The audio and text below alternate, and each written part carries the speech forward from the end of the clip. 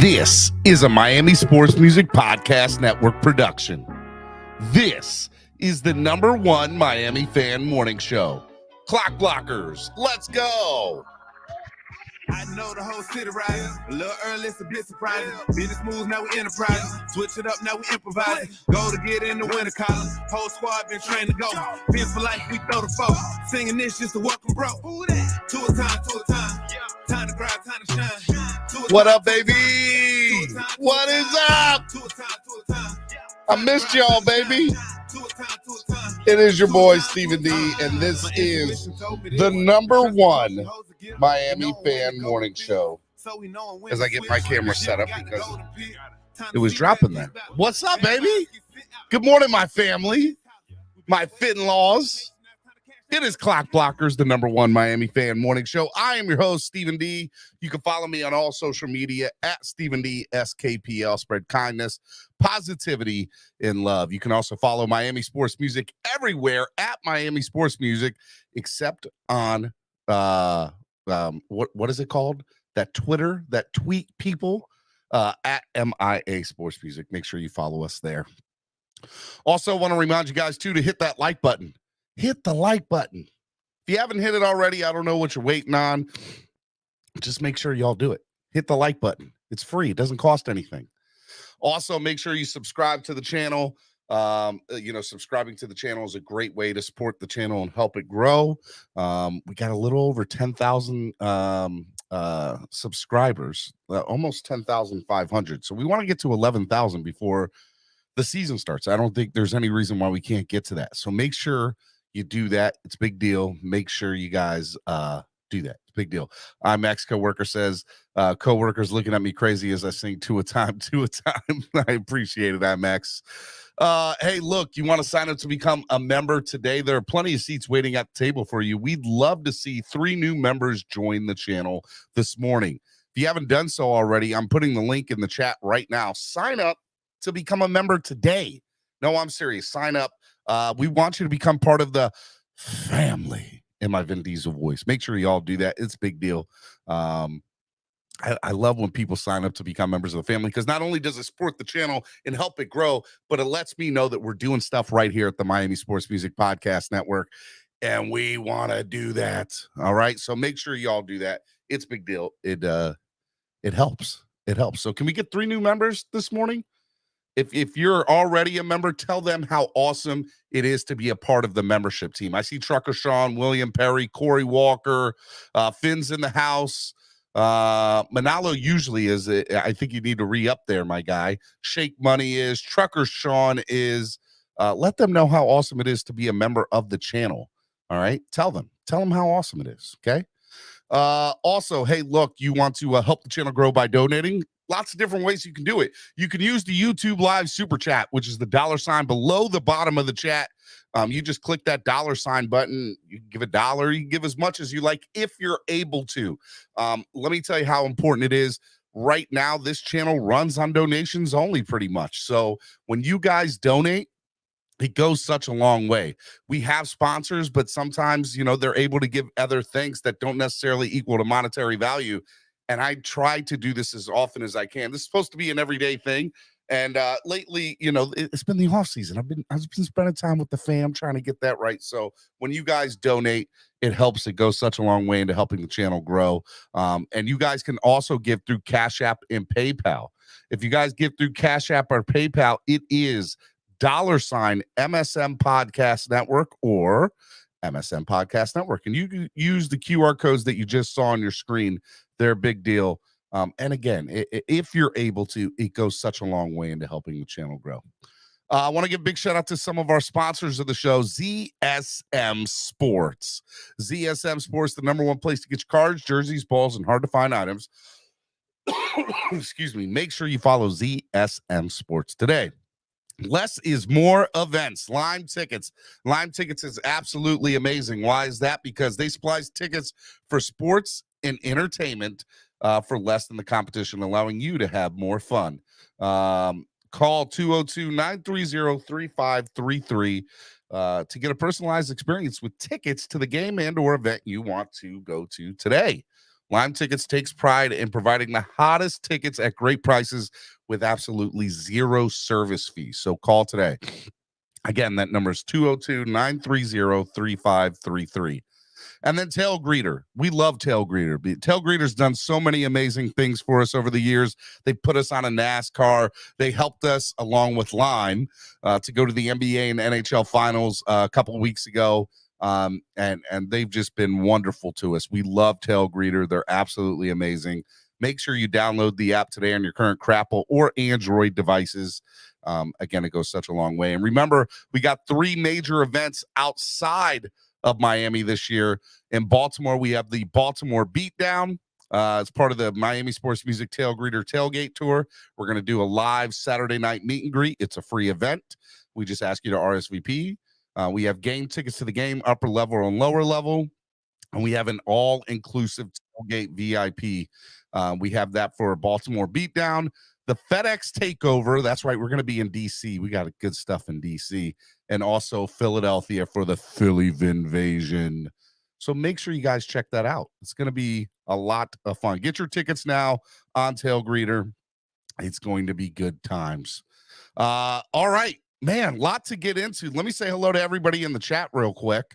Because I haven't talked to a lot of y'all in a while. So the first person in here this morning was Trucker Sean. Good morning, Trucker Sean. Flavor J.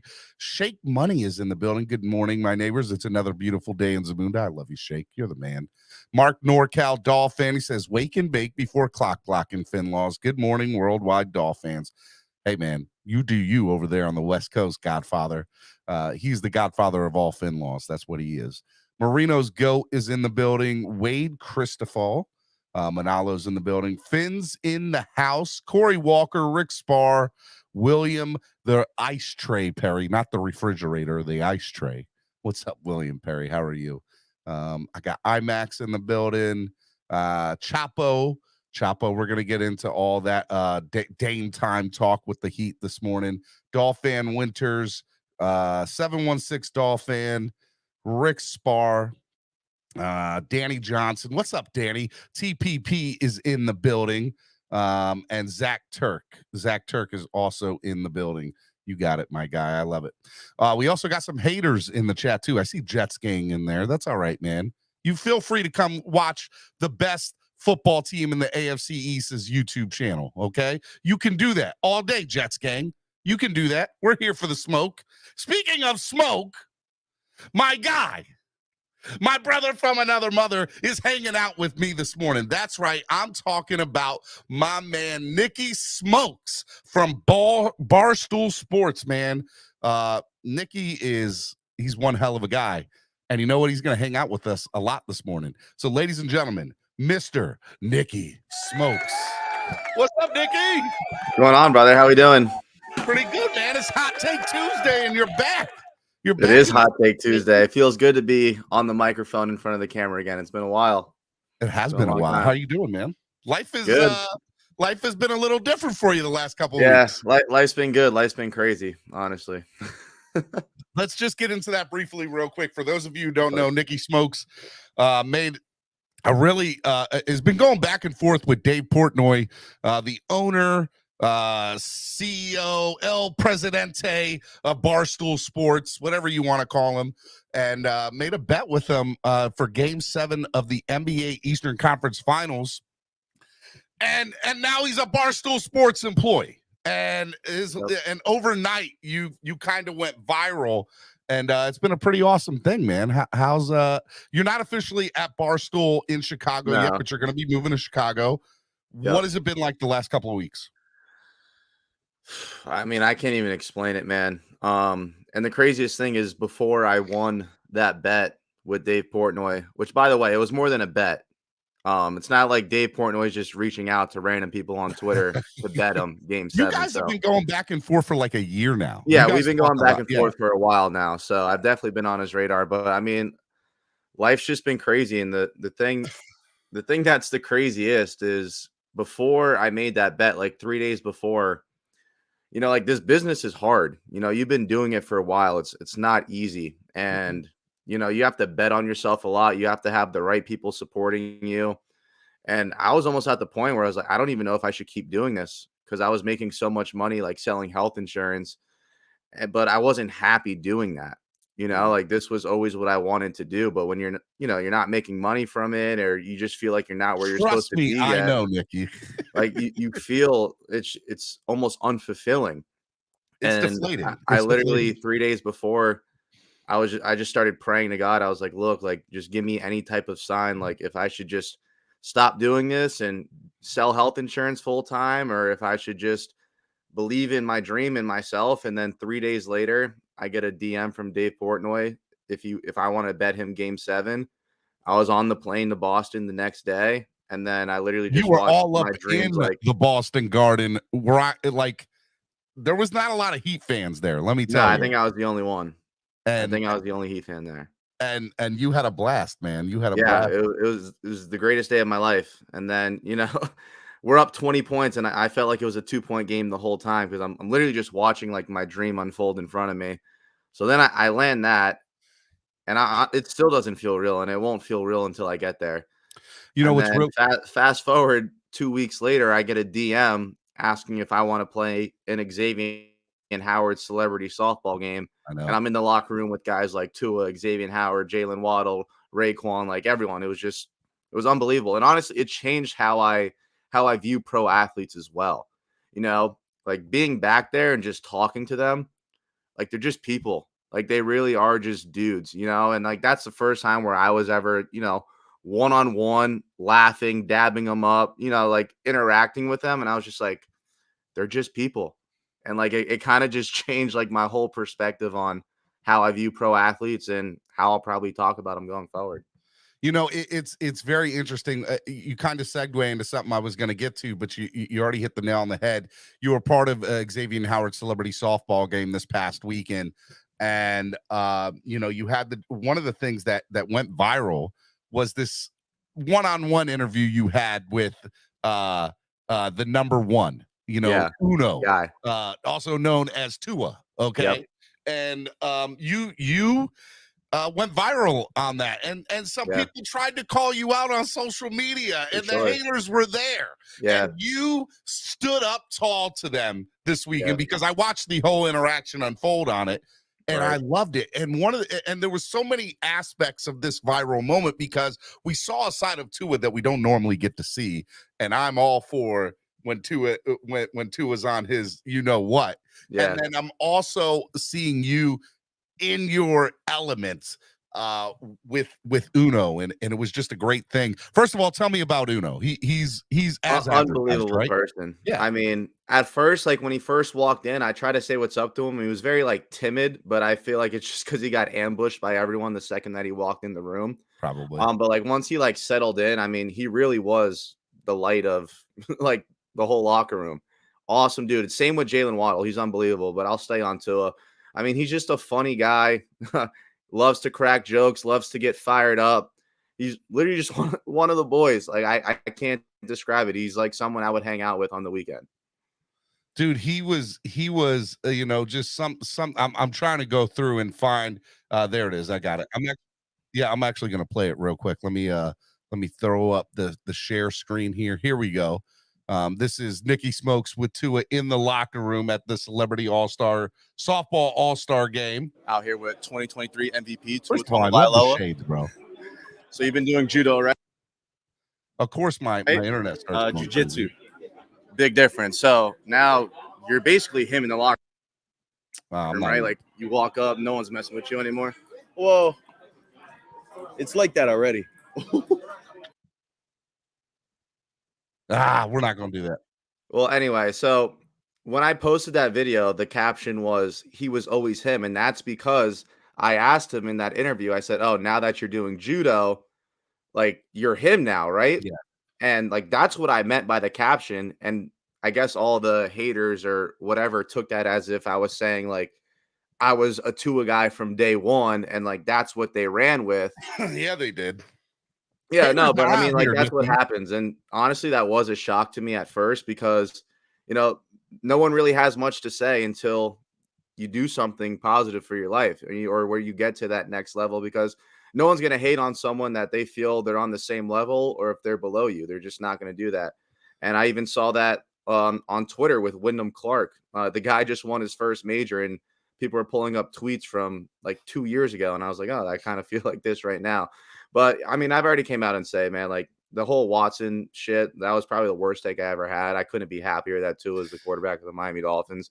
And after meeting him, I mean, I have nothing but good things to say about him. So here's the funny thing, right? Like I've been doing the show now going into my third year, and what actually is it my third year? Yeah, going into my third year. And one of the things that I say, Nicky, is when you're doing this over a long period of time, you say to yourself, hey, look, there's going to be bad takes. There's going to be takes that you get wrong. Nobody's going to bat 1,000, right? In Major League Baseball, all you got to do is hit 30%. 1 out of every 3 hits. 333 is amazing in Major League Baseball, and it gets you into the Hall of Fame. So I kind of tell people, when you're doing a morning show, when you're doing any show and you get a take, one of the things that is always interesting is people, quote unquote, keeping the receipts. For sure. And that's gonna happen. But and I'm sure, like, if I wanted to swoop down to their level, like, I could go pull receipts on everyone. But what am I gonna do that for? Like, why would I give them that energy? It's pointless. You should. Well, I mean, you're gonna go tick for tack, and you'll be doing it all day with every person that does it. So yeah, exactly. I'd get nothing out of it. I mean, look, I'm truly blessed, and I'm still speechless after everything that's happened. So for me to focus on all the negative when there's been so much positive, and I've had so much support from everyone, it's messed up. Like, that's how the human brain works. You'll get 1,000 comments, you'll get 999 good ones, and then you'll read that one negative one, and that one will hit you like more than the other 999. So it's all part of the game. And I'm just here for the ride. I couldn't be happier. This is literally the best time of my life. Well, one other thing that I saw in there is you got a chance to interact with some other Miami Dolphins, Deshaun Elliott. Tell me about the interactions with other people. Deshaun Elliott's the man. I love him. And I beat his ass in ping pong too. I got a video of it. I beat him 11-6. He was mad as hell because he was beating everyone else, but I whooped that ass. So he's a great dude. The second I walked in the locker room, he just talked to me like a normal person. Like none of those guys had an ego at all. Like no one thought they were better than anyone else in the locker room. It was remarkable. He's a great dude. Jalen Waddle, the second he walked into the room, he was a shining light. Like smiles, laughing, walks right up to Deshaun Elliott, starts cracking jokes with him, dabbed me up as if we knew each other for 6 years. All smiles, great dude. I love all of them. I have nothing but good things to say about every single player that played in that game. Dude, it was so fun. Tua hits a leadoff home run, and as he's going around the bases, he does the waddle, and you're the first person to dap him up after he gets to home plate. It was a clean dap too. It was a real moment, right? Unreal, unbelievable. And there were really cool people there. A lot of fans in the building. Big E threw out the first pitch. Shout out to Big E from Dolphins Talk. Yep. Seeing other fans in the community also kind of, step up their games. People like Big E, and seeing all of this has been just an awesome experience. Last thing I want to just stay on Barstool a little bit. You're going to be moving out to Chicago here in a few weeks. Yeah, I moved my move-in date's July 14th. Yep. July 14th. So you're going to be working with Big Cat. Big Cat runs the Barstool Chicago office. Are you excited about working with Big Cat and all the crew? The whole like waiting to get there is honestly eating me alive, especially because it's like our off season too. So I'm kind of just sitting here. I got all these ideas, but I want to wait.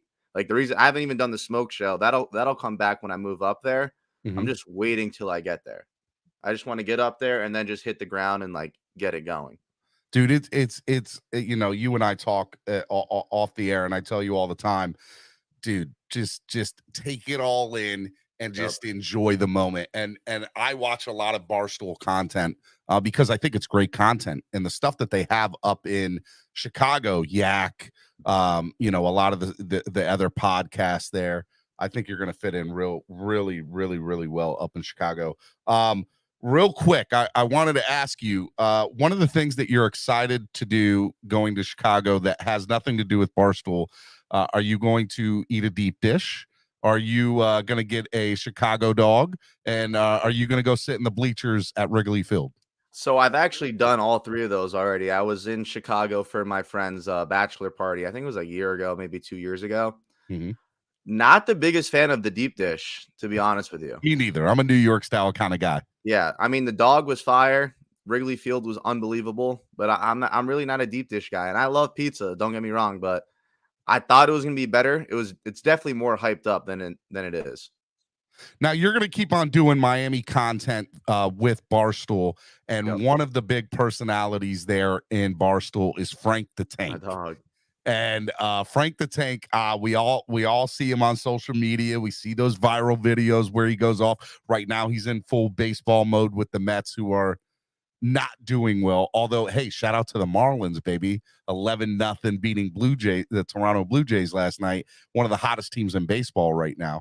But are you excited to work with Frank the Tank and have another Dolphins fan? Now he has another Absolutely. Dolphins fan, big one in the building. Yeah, unbelievable. I mean, I've worked with Frank a couple times already, and he's a character, you know. He is And a now that we're character. going to be in the office together, I'm going to get him out of his shell, because when he's came on my show, he's kind of been a little more relaxed and timid. But I'm going to have the raw reaction. You know how I am. I'm very emotional, very passionate about the Miami Dolphins. So the fact that me and him are going to be sitting together watching a Dolphins game, I mean, there's going to be a lot of crazy things said, and hopefully just a lot of big wins and a lot of positive reactions. You know, let's kind of get into some of the stuff with the sports. Let's rewind the clock a couple weeks ago, in the last 10 to 14 days. Yeah. You know, we have a talk about it. I haven't gotten your official reaction yet or anything from the NHL and the NBA finals. Let's start with the NHL and NBA finals. Just give me your take on, you know, the run that the Panthers and the Heat had and kind of how disappointing it was to lose in the finals. I want to get your take on that.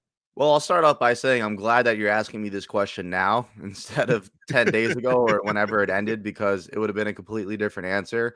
Looking back on it, I mean, I didn't even think the Heat were going to make it into the playoffs. During the regular season, they were terrible. I think they were like dead last in three-point shooting. And then the run that they put on to even get to the finals was, in my opinion, the best run of all time. I mean, obviously, it didn't end in a championship, but you're the 8th seed. You make it through the play-in. You beat the Milwaukee Bucks in 5. Then you beat the Knicks in 6. Then you beat the Celtics in 7. I mean, those are like our 3 biggest rivals, I would say, in the East right now. I mean, we're always competing against the Bucks. The Knicks and Celtics are, in my opinion, our 2 biggest rivals. So we beat all 3 of them to get there. Now, I definitely thought it should have went longer than 5 games. I think they blew game 5. They definitely should have won that game. At the end of the day, though, it was a great run. They made it there. The job wasn't finished again, which sucks, but you at least know that, hey, they're going to be back, and they're another piece away. So I got nothing but positive things to say about that now. Hopefully Pat Riley gets something done with Damian Lillard, because you cannot run it back with the same squad. We have too many streaky players. Like when Strus is on, he's the greatest thing since sliced bread. If he's off, he's as useless as a piece of ice. I mean, it's ridiculous. And then for the Panthers, I was a little more disappointed in them, because I really thought they were going to win the whole thing. Yeah. When the Heat made it to the I didn't finals, think I had a I didn't feeling think that Vegas was as strong as they were, you know? yeah, me neither. And I had a feeling that we were going to lose to Denver regardless, even if we beat Boston, which we obviously did. But the Panthers, I thought they were going to win. I really thought that they were going to win. They were just playing so great. And then they had that 2 weeks off, and it killed them. And honestly, Vegas was just more talented. I didn't think they were going to be that good, but they were. Well, let me tell you, I went to game 4 of the NBA and NHL finals, and the NHL finals was a vibe, dude. It was like, don't get it twisted. I definitely like the Heat more than the Panthers For sure. when it comes to ranking of it. But the Panthers game 4, it was one of the funnest experiences I've ever had as a sports fan. It was absolutely wild. It was insane. If people get a chance to go see the Panthers live, you have to go. Yeah, like it's is the best. it's a I vibe. loved it. There's nothing better than playoff hockey. Am I Great wrong about experience. that? No, I Yeah. loved it. And I was 10 rows up from the glass. It was electric. And we were down like, I think we were down like 3-0, 2-0. I don't know, something like that. I think it was 3-0. We got one, then we scored the second one. And I was like, oh my God, I'm gonna be in the building for a crazy comeback. And then with 17 fucked everyone seconds in the left, back of the net. they had a 2-man advantage with 17 seconds left because they pulled the goalie. And I was Yep. like, man, if they had a minute, they would have won it. But man, it was exciting all the way down to the end. I mean, all that's the way good down though. to the I end, mean, it was South Florida exciting. sports, we had 2 teams in the finals. The Marlins are playing great, and this is the best Dolphins team that I said this last year, but it's gotten even better. So mean, We're going to get into the Dolphins talk. Let's just stay on real quick with the Miami Heat. So Miami Heat season's over, and then everything kind of, just went crazy with the rumor mill. The last few days, it was Bradley Beal. Bradley Beal ends up getting traded to the Phoenix Suns, so that doesn't come to fruition. Now it's all about Dame time and Damian Lillard. First things first, do the Heat need to do anything to make sure that they can make another run at it next year? Yeah, absolutely. They need another star. 100%. And is Damian Lillard that guy, you think? Yeah, absolutely. What do you think it would take Damian Lillard play basketball? I mean, he's a dog. He is a dog. I love him. He's a top 3 point guard in the league. Damian Lillard from Portland is going to be interesting because he's been there for his entire career.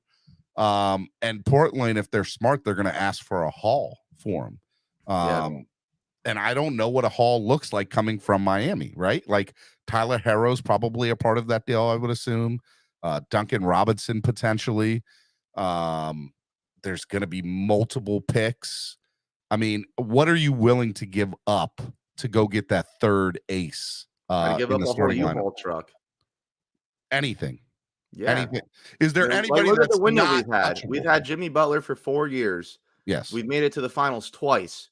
And Eastern couldn't get over the finals 3 times. You need another guy. It's obviously not Jimmy. It's obviously not Bam. Like those have been the 2 consistent guys. You need to get a third star. You do that, you have a window to win a championship right now. They're doing it with all role players, Jimmy, Bam, and role guys. And I like Tyler Hero, but not available. Hasn't really shown up in the playoffs that much outside of the bubble. I remember when help me say the name, Gorgon Dragic. I love the Dragon. Was traded, and I was like, oh man, that's going to be such a big piece that we let go.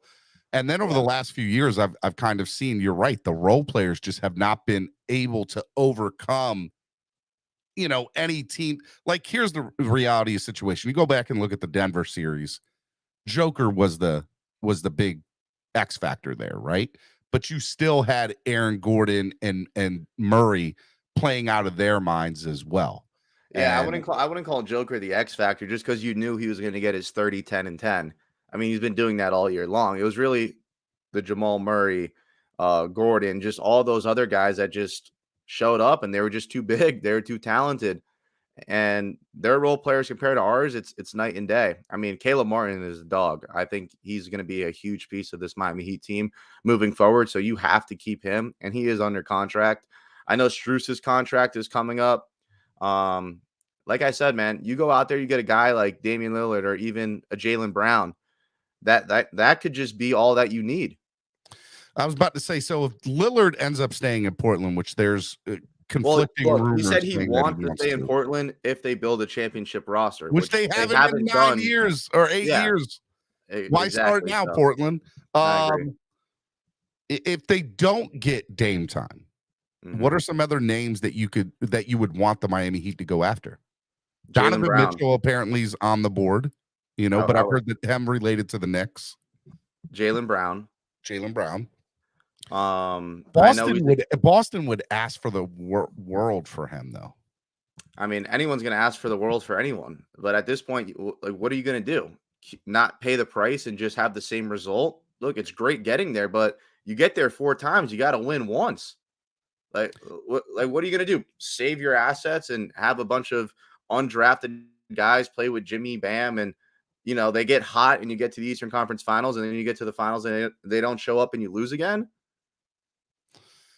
Is Pat Riley going to do whatever it takes? Is he somebody that you just have faith in? I'm not going to question Pat Riley. He's been the only consistent thing in my life.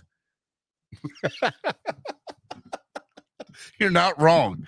You're not wrong. As a Miami sports fan, Pat Riley has been the most consistent thing in South Florida. And I know he's a cancer, but I would even try Kyrie, like, for a year. Kyrie will be interesting. The window's closing is what I'm saying. Like, they're getting older. Jimmy doesn't even play in the regular season. He literally just shows up in the playoffs. What about Chris Paul? That'd be a nice pickup. Chris Paul's going to end up getting either traded or released. But the thing is, look, Chris Paul's great, but he doesn't tip the scale, and he's cursed. Like, he just can't win a championship. So if you bring him on, you already know you're not going to win. Yeah. You got to go big. You have to go big. You can't sit here and wait around. Is Jaylen Brown Dame time? Donovan Mitchell. Donovan just signed with Cleveland, though. I don't think he's going anywhere. Well, there are rumors saying that Donovan wants out of Cleveland, and that the Knicks are heavy players to go get him. That's crazy to me, but more power to him. If Donovan does go to the Knicks, oh my God, they're going to. Jalen Brunson's a dog. That kid could play. Well, you put him with Donovan Mitchell. Tell me that they're not going to be a beast in the East for the next 3 or 4 years. Yeah, they will. I don't see that happening, though. They just traded for Donovan. I don't see him going anywhere. Somebody just asked, didn't Chris Paul just get traded to the Wizards? Yes, but the rumor is the Wizards are either going to trade him. Yeah, they're just trying to get rid of him. It's dead money to them. Yeah. All right. Well, and here's the other thing too about the NBA, just to lastly touch on it. It's not like they're going to be the only team vying for Dame services or Jaylen Brown services. You got to think the Lakers are going to make a move for somebody. Who knows what's going to happen in Memphis with the Ja Morant situation. That they want to make a move. They want to stay contenders.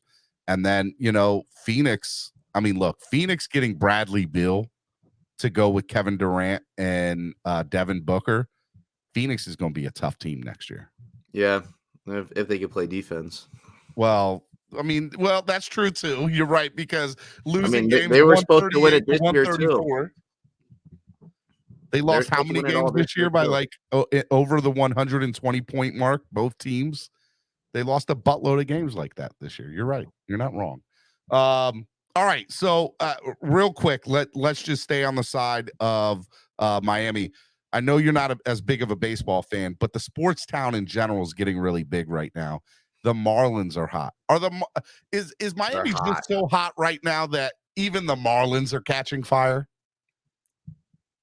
It's unbelievable. I sent out a tweet this morning. I said the Dolphins are the last Infinity Stone. The Marlins look amazing. They look like they could go to the World Series if they wanted to.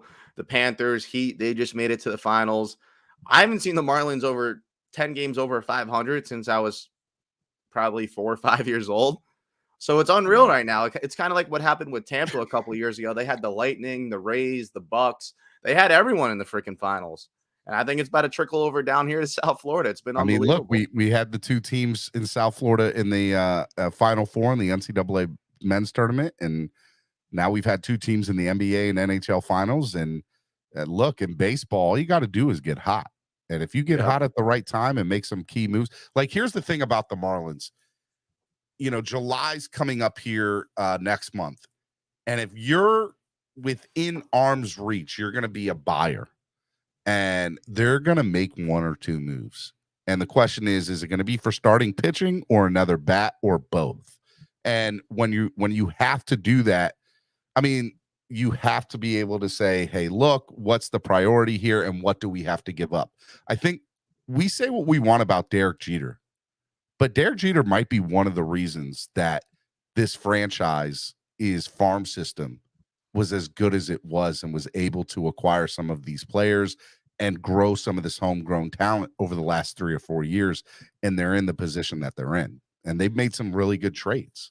So I know Derek Jeter's not there anymore, but I hardly ever watch baseball. So my analysis on baseball should be valued as much as toilet paper in the toilet. I do disagree with that, though. I give all the praise to the GM that they have. I forgot her name. Great. She's great. Kim or something like that. Yeah. And she was taking a lot of heat. People were calling for her job last year. But what she's done with this team has been remarkable. And I know it's early. It's only June. But this is the best ball I've seen the Marlins play. And Jeter walked out. And when he left, the Marlins still sucked. She came in. It took like a year or two. Again, I really don't watch baseball. I don't. But I'll watch the Marlins now. I'm not going to watch every single game. I'm not going to just turn into this diehard Marlins fan. I just hate the game of baseball. But it's good for the city. The Marlins are playing good. That's all you could ask for. Well, you mentioned that the fire is going to be turned and directed towards now to the Miami Dolphins. And you and I both, the reason we started doing what we're doing, a big part of it is the Dolphins, as you see Dolphin stuff in both of our backgrounds. Let's talk about it, man. Are the Dolphins one of the best teams in NFL football right now on paper wise? Yeah, 1000%. I mean, you just look at this team offensively and defensively. Just look at the names. I mean, it's remarkable. And then you go out there and you get a guy like Vic Fangio to coach that defense. And I don't want to say too much, but I'm just going to tell you this, a little inside scoop. The players in the locker room are very happy that they have a new defensive coordinator in Vic Fangio. And what he's going to be able to do with that defense and that talent is going to be unbelievable. You got guys like Xavier Howard, Jalen Ramsey, Brandon Jones, Javon Holland. You got those big boys up front, Sealer, Wilkins, JP. You go out and you get a linebacker like Long. I know he's hurt. He's actually hurt right now, but he's quick. He's definitely an upgrade over what we had. I mean, we got some serious dogs on the defensive side of the ball. And then the offense, year 2 in McDaniel's system, is going to be unbelievable. It's going to be remarkable. I mean, Tyreek Hill said he still really didn't even know what he was doing out there, and he still went for like 1,300 yards. Now you factor in year 2 in that system, and hopefully you get a healthy Tua. And the sky's the limit for this football team. And the best thing is, it sounds crazy, but being in a division with the Bills and the Jets is great. No one's picking us to win, and I wouldn't want it any other way. I'd rather be the underdog. I'd rather be the team that everyone's picking to finish third. I'd rather it be like that. Give them the spotlight. Give them everything that they want. And then come Sunday, week 1, we're going to go smash people in the mouth. And that's what I'm looking forward to. I just can't wait to see what this defense is going to be about this year. You know, we'll get in more into the defense here in a second. You mentioned something that I think is going to play a major role this year, Nick, and that is a second consecutive year in an offense that pretty much has the same personnel, essentially, right? I mean, the tight ends are a little bit different. Devon A-Chain's different, but aside from that, it's almost the entire same personnel. Exactly. And I think that's going to play such a big factor on an offense that was already top 10 in the league last year anyway.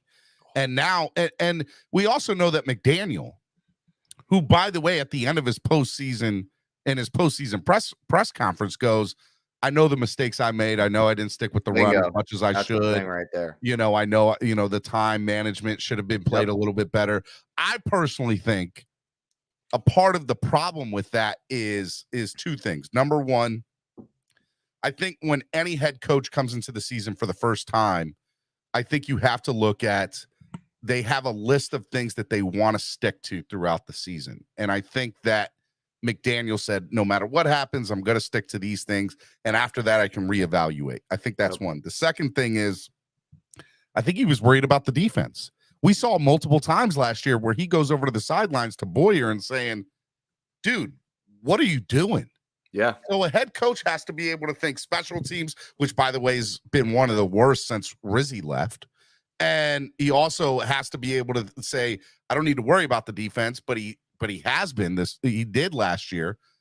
And I think that played into effect because he's not able to put his full focus as the offensive play caller when the defense is on the field, because he's worried about what's happening on the field with the defense. Yeah. And it's funny you said that, because when I was at dinner with Xavier Howard, I asked him about that. I think it was like 3rd and 20 when we were playing the Chargers, and Boyer had them all line up at like the 1-yard line. I remember that. Let's just say he was not a fan of the play call.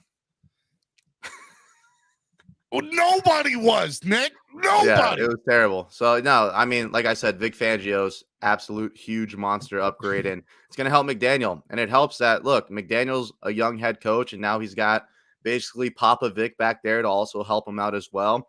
And like you said, are they excited to play for Fangio? Yes, there's like Deshaun and Xavier, like everyone. They couldn't be happier. Man, could not be happier. And you made a great point with McDaniel. I mean, year 2 is going to be huge. There's a lot of rookie mistakes that he had last year. I think his biggest one was just time management. I think it was the most electric offense that we've had in the last 20 years. But there was countless times where the clock was just mishandled, and it bit us in the ass a lot. And the fact that he gets to go out there a second year, I mean, it's just like any job. You get a brand new job, new position. The first year, you're going to have hiccups. You're not going to know the quick shortcuts or the right things to do. Then as time goes on and you truly master the system and what your role is in your position, you get better and better. And that's exactly what I see with McDaniel and also with Tua. He's never had the same offensive system for more than 1 year in a row. This is the first time he's going to go back to the same 7 system. years. 7 years. This is the first time in 7 years, college and NFL, that he's had the same system. Right, and that's going to be huge, and it's going to be huge for everyone on that offense. So if there's ever been a year, and I know we say this every year, I literally have a T-shirt that says it. This is our year. I mean, the only weak spot that I could see on our team is our linebackers and our offensive line depth, which are honestly two big things. But there's just so much talent that I think they'll be able to mask that a little bit better than they were last year. I'll get it. Well, let me just say before I go back into the conversation, I'm not worried about anything on defense because Fangio is going to have it handled, and I just have faith that Fangio will be able to overcome whatever issues might be in that linebacking room. Which, I mean, look, David Long's going to add such a big thing to that room, and then I got to think that the personnel that's already there is going to get better with Fangio. But to go back to the offensive side, we talk about personnel. A lot of the fans were upset that we were quote unquote running it back in the running back room for 2023, right? With the same personnel. And then they go out in the draft and they draft a guy who most of us had never heard of in Devon Achane, who at the end of the day, let's just be honest, speed is what it makes this offense. And now we look at that team and we say, hey, look, the Dolphins are going to be able to do everything that they need to do because speed kills. How is Devon Achane going to play a part into this offense with his speed? I think you said it best. Speed kills. You can't coach speed, and that's what it is at the end of the day. I mean, he was an electric running back at Texas A&M. I think he's going to be a great 1-2 punch. We got a lot of speed guys. We got Mostert who runs like a 4.3. Now you bring in Devon, and he's fast as fuck too. I mean, it's unbelievable. You got Tyreek Hill, Jalen Waddle. You got all these speed guys, and that's the one thing you can't coach. Is speed. So let's talk about it. Dalvin is Dalvin coming here. It helps, right? More than it does anything. Of course it helps. He's still a top 5 back in the league. Now, look, do I want Dalvin Cook on the Miami Dolphins? Absolutely. But am I going to lose sleep if we don't get him? No. Maybe if he goes to Buffalo or the Jets, will it sting a little bit more? Absolutely. But you know Chris Greer, he's never invested into running backs. That's never been his thing. So the fact that they even drafted one in the 3rd round, that was McDaniel's doing. McDaniel must have really liked him. And look, McDaniel gets paid to know football and coach football. We get paid to just talk about it. So there's obviously something special in him. You watch his tape. He's electric on the field. Well, and I don't think our running back committee was that bad. I just don't think we had the offensive line to create the gaps that they needed to create. I mean, they were good. They were pretty good pass blocking. Well, Nicky, they didn't address the offensive line enough. They didn't address the O-line enough this offseason. I agree. I mean, it's still not done yet officially, but any game changer is pretty much off the board. I think right now you're just filling in depth pieces. I've been clanging and banging for Risner to come there. My biggest thing is just if Liam Eichenberg is still starting by week 1, there's a major problem. And then Austin Jackson, I mean, I think he's probably the biggest X factor coming into this season outside of Tua's health. If he's somewhat decent, we'll be good to go. If he goes out there again and he's just absolutely terrible like he's been the last 3 years, and we're just playing Russian roulette every single week with our offensive line, we could be in trouble. But Butch Barry, we had a lot of guys that stepped up last year, to be honest with you. For a lot of 2nd, 3rd string guys, I thought they played pretty well. Butch Barry, 9th offensive line coach in 10 years. I think that's part of the reason that we've. That was another surprise firing for me too. When they I forgot his name, to be honest with you, but the offensive line guy we signed last year from Boston College, I was surprised. I think his name's Applebaum, right? Yep. Matt. Yep. Yeah, I was kind of surprised when we fired him, but look, they get paid to make those decisions, not me. So I just got to trust them to do the right thing. You know, it's funny that you say that, right? Because Applebaum came in from Boston College. Boston College, not a great college football team, let's be honest, but they were top 10 offensive line in all of college football. Yep. So I was like, well, that has to translate into helping these players grow in some way, shape, or form. Well, it didn't happen. And you even heard in the press, I keep on going back to that. We learned a lot from that end of the year presser with McDaniel. He goes, Frank Smith, who I think is our, right? Frank Smith, our offensive coordinator. He goes, Frank Smith had to spend a lot of time in the offensive line room last year. Mm-hmm. Well, now by bringing in Butch Barry, who, by the way, has a big red flag and question mark with him too, because of what happened in Denver and how some of the Denver, I heard about that. I don't know if we get Risner because that's where he's coming from. But to be fair, looking at it, he worked with Butch Berry and San Fran. And so one of the things that I've noticed about the coaching acquisitions in this offseason compared to the last is all these are his hires, right? 100% unequivocally, without a doubt. Yep. And I also think it takes less pressure off of him to be able to rely on the coaches because he has more faith in these coaches. So yep. I think that's going to do wonders for him as a head coach. And that's the look. I just want to see an offensive line improve upon what it's done, and I think that the tell all is going to be: do we keep the offensive line coach for a second year? And if we can do that, I think we have the right off. I'd like to think we have the right off, but that's sad if that's what I'm banking on, just him staying a second year. Right. But we haven't kept one more than a year in 10 years. I think you made a great point. Like all the hires you could tell are his guys, and whether you're trying to build a successful business, talk show, or a family, you got to have the right people in the right places. You can't do it by yourself. You need the right host, you need the right guest, you need the right accounting, you need the right dish, you need a wife that's going to be there to support the kids. So whether it's a family, a business, a talk show, a football team, you have to be able to count on other people to do their job and pull their weight. And I feel like a lot of that coaching staff from last year wasn't doing that. And Mike McDaniel felt that. And he went out in the offseason and he addressed that, and he brought in guys that he's comfortable with and he feels like he could count on. And I think that's going to be huge for us this year. Let's talk about the tight end, man. I knew that we weren't going to go out and get a big name. I got that. Mm-hmm. But this hybrid of bringing in a wide receiver and converting them to tight end, not the biggest fan. Me neither. I'm not. And and look, I know I shouldn't question McDaniel. The man brought us a top 10 offense for the first time since the mid to early 90s. Yep. But man, I know that I get, look, Gesicki was great, and we did not utilize him at all for what he was. Right. So I understood that what we wanted to bring in is a blocking style tight end. But Eric Sauber from Denver kind of solves that issue a little bit. If you go look at his snap count and go look at the ball running to his side of the line or going to his side of the line, he looks like he's going to be a really good blocker. But you still need the tight end to be able to make some plays, especially on short. I mean, Durham Smythe can catch the football, and they really love Tanner Connor. I know he played a little bit last year, and he couldn't catch a cold, but apparently they love him, and they see a lot of potential in him.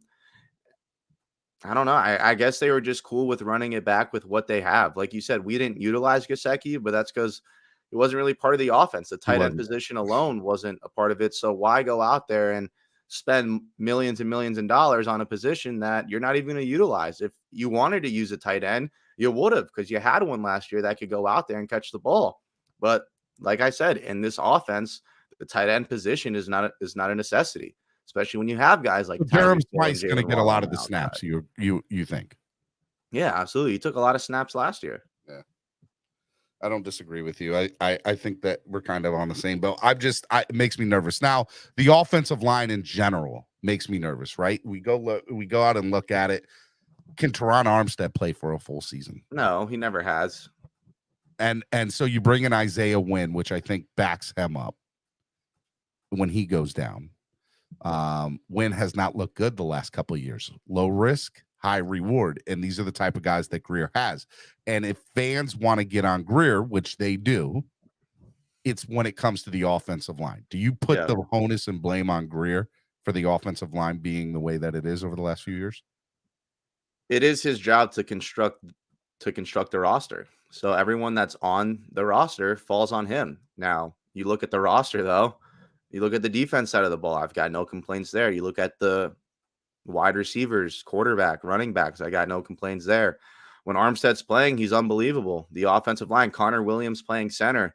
I know he had a couple bad snaps here and there, but overall, he played great. Rob Hunt has been playing fantastic football. It's really just the two guys in Liam and AJ. Those are left really guard the and right tackle. Yeah, that's it. I mean, look, maybe AJ turns the corner. Do I see it happening now? Personally, no. But that doesn't mean that it can't happen or that it won't happen. But yes, to answer your question, Chris Greer is responsible for every position and every player on the roster. So if they don't make it, I just thought your take is very interesting. Playing through the gaps last year was a direct result of the inconsistency in the how good or how bad, let's say, the offensive line played, and they didn't do enough at all to change that. And so I think you're right. If Risner's not in the books, I don't think DJ Fluker's. I want DJ Fluker, but video of him in underwear doing these great looking jacked, looking the best of his career, that ain't gonna change probably what we want in an offensive line. Yeah, I'm not big on that either. I mean, the guy hasn't played in 10 years. I'm not on board for that. There's a reason why. I just don't know what the answer is, and that's what bothers me. Yeah, I guess. Now, what I do know is you get into training camp, there are veteran casualties that come as a part of that. But Sure. I think that offensive linemen are such it's hard to find good offensive linemen. And if you don't have that, they had the best offensive line in the league, went to the Super Bowl. The Chiefs, they invested all of their last offseason on the O-line, and they won the Super Bowl. The Niners, they're so good. Why? Because they could run block, they could block, and they could run the football down your throat, and they have arguably the best linebackers in the league, which are the things that we don't have as the Miami Dolphins. In fact, that's our two biggest weak links. But we also have things that other teams don't. Speed, great defensive coordinator, great head coach. We got, in my opinion, the best corner duo in the NFL, arguably the best wide receiver duo in the NFL. And when healthy, I believe we have a top 10 quarterback in the NFL. So we have a lot of things going our way. But again, for the 14th, 20th year in the row, our offensive line is still a big question mark, and you really don't know what you're going to get. Let's go to the defensive side. What are the odds that he just makes a night and day difference from how this defense was? Because there's a lot of the same personnel. Let's get that straight, right? I mean, there are some big name differences. Jalen Ramsey's a big name difference. David Long's a big name difference. But Cam Smith's going to be a big difference. Deshaun Elliott. Yep, Deshaun Elliott. I mean, if you look at last year, how big of an impact is Fangio going to have on this? I think I've heard it on TV 100,000 times. He's the biggest acquisition that we made this offseason, and he is 100,000,000% going to make a difference. And then you kind of just look at all the other pieces that he's brought in already. I mean, what was our biggest Achilles heel last year? I mean, our secondary was just dropping like flies. Xavier Howard getting hurt. You're playing Keon Crossan. You're playing Noah Igbenogany at cornerback. Brandon Jones goes down. You're plugging in 35-year-old free agency vets off the waiver wire to play. Now you go out there. You got Jalen Ramsey, Xavier Howard. You go get a guy like Cam Smith. You have Cater Kohu, who played amazing football. Is Nick Needham back? I believe he is, right? So, I mean, the depth right there is unbelievable. Even if you lose a guy, you're confident in the next guy to step in. And then the safeties, you got Javon Holland, who I think is a top 5 safety in the league. Brandon Jones was playing great football until he tore his ACL against Pittsburgh. And then you go out and get a Deshaun Elliott so he could kind of lurk around there back there with them. And you just have the depth that you didn't have last year to make that deep run because guys are going to get hurt. So then you add the depth that you didn't have last year, and then you add a world-class defensive coordinator over a guy like Josh Boyer. I mean, of course the defense is going to improve. Even with a majority of the same personnel and the differences where we do the 4 or 5 bit, differences. It's like having a chef, right, Stephen D? I could give you omelets, onions, and some peppers, and you might make a better omelet than me because you're a better cook than me. Let's just get something straight. I'm a chef, baby. So, there you go. I can't cook to save my life. So exactly, if someone gave me a handful of ingredients and gave you the same one, I'm sure you would make a better meal than me, and that's exactly what you're getting with Vic Fangio. In fact, anything you said this morning hasn't been more accurate than what you just said. I appreciate you saying that there, Nick. CB83 says, just go get Dalvin and get us an offensive line and get us off the offensive line being an issue carousel. That's where I'm at. Fixing our O-line isn't possible anymore. I mean, it's not that easy. I mean, like these Does guys Dalvin cost solve money. the offensive line issue no matter what? I would prioritize the O-line over Dalvin for sure. But they're not. I mean, I wouldn't even say they're prioritizing Dalvin, or I feel like they would have gotten it done by now. I agree. They're just not willing to pay the price, obviously, because he's a free agent. He go wherever the hell he wants. If Let's the talk about Dolphins really contract. wanted him, they'd make him an offer that he liked, and if the Dolphins liked him, they'd give him the money, and they just haven't done it yet. So let's talk about I contract. think they need to take care of Christian Wilkins and Connor That's Williams. right. Yeah. What about Christian Wilkins? Why isn't he extended, or Zach Seiler? What's the issue going on with these guys, and what do you think is going to happen? I mean, I think they're both going to get re-signed. Chris Greer, he always takes care of his own. I will give him that. Wilkins is the heart and soul of this defense. I mean, he's the energy. He's the light. Anytime you watch a Dolphins football game, he is the one over there getting everyone fired up. He is our leader. He is the man. You have to bring him back. You lose a guy like that, the locker room could be in jeopardy. People might not be as bought in. I see him getting re-signed. I think he's the top priority. Get him re-signed, and then go ahead and address anything else that you have to address. Why hasn't Chris done that already? Right now we're sitting on about 13 mil of cap space. And you still need to go out and sign Cam, which is probably going to take 3.5 to 5 million tops. So, you're going to be stuck with 8.5 to 9.5 million after that. I mean, what do you do with that remaining 10 million? And by the way, what do you do with Cedric Wilson? Because Cedric, if you trade him, if anybody's willing to trade for him, he gets you 7 million more. Right. I mean, I would trade him, to be honest with you. I have a friend of mine that thinks he's going to have a great year this year.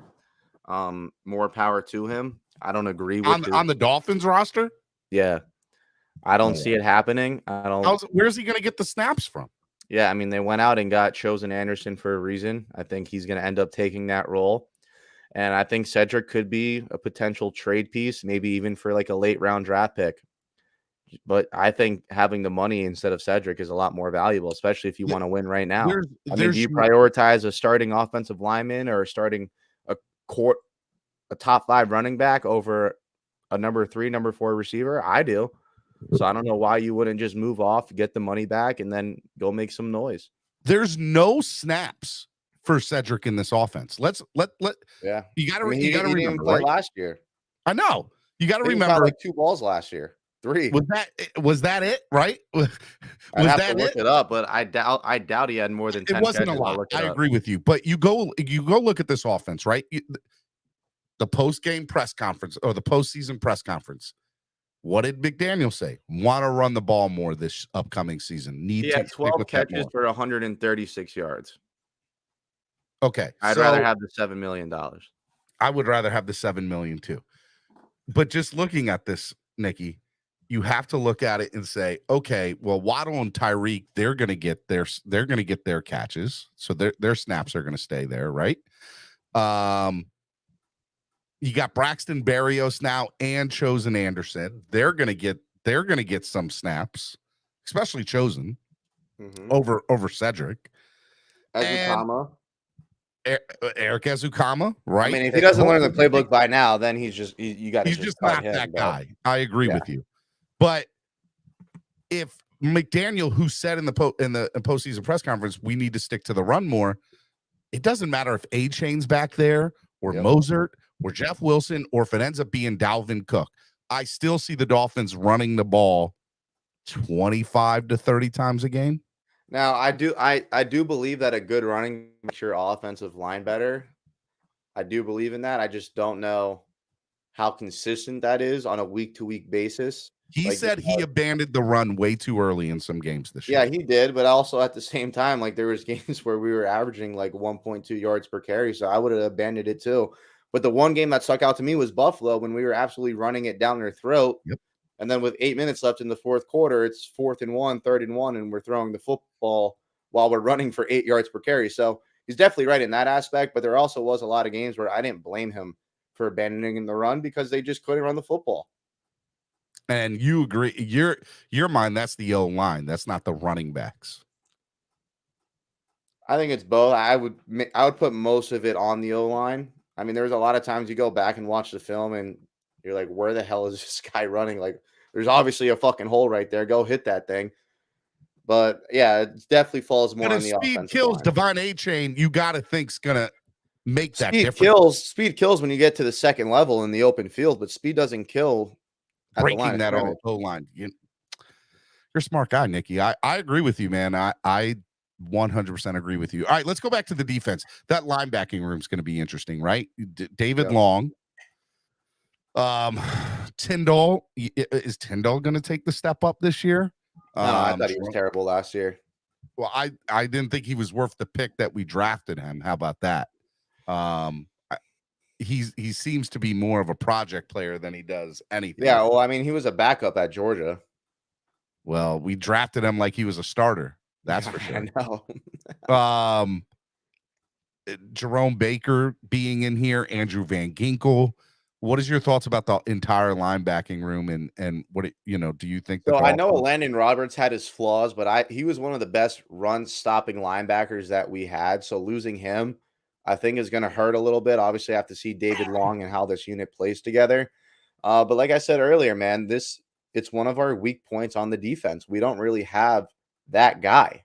You look at the Niners, they got 3 guys that'll absolutely rip your head off. It's the best unit in the league, and that's why they're so good.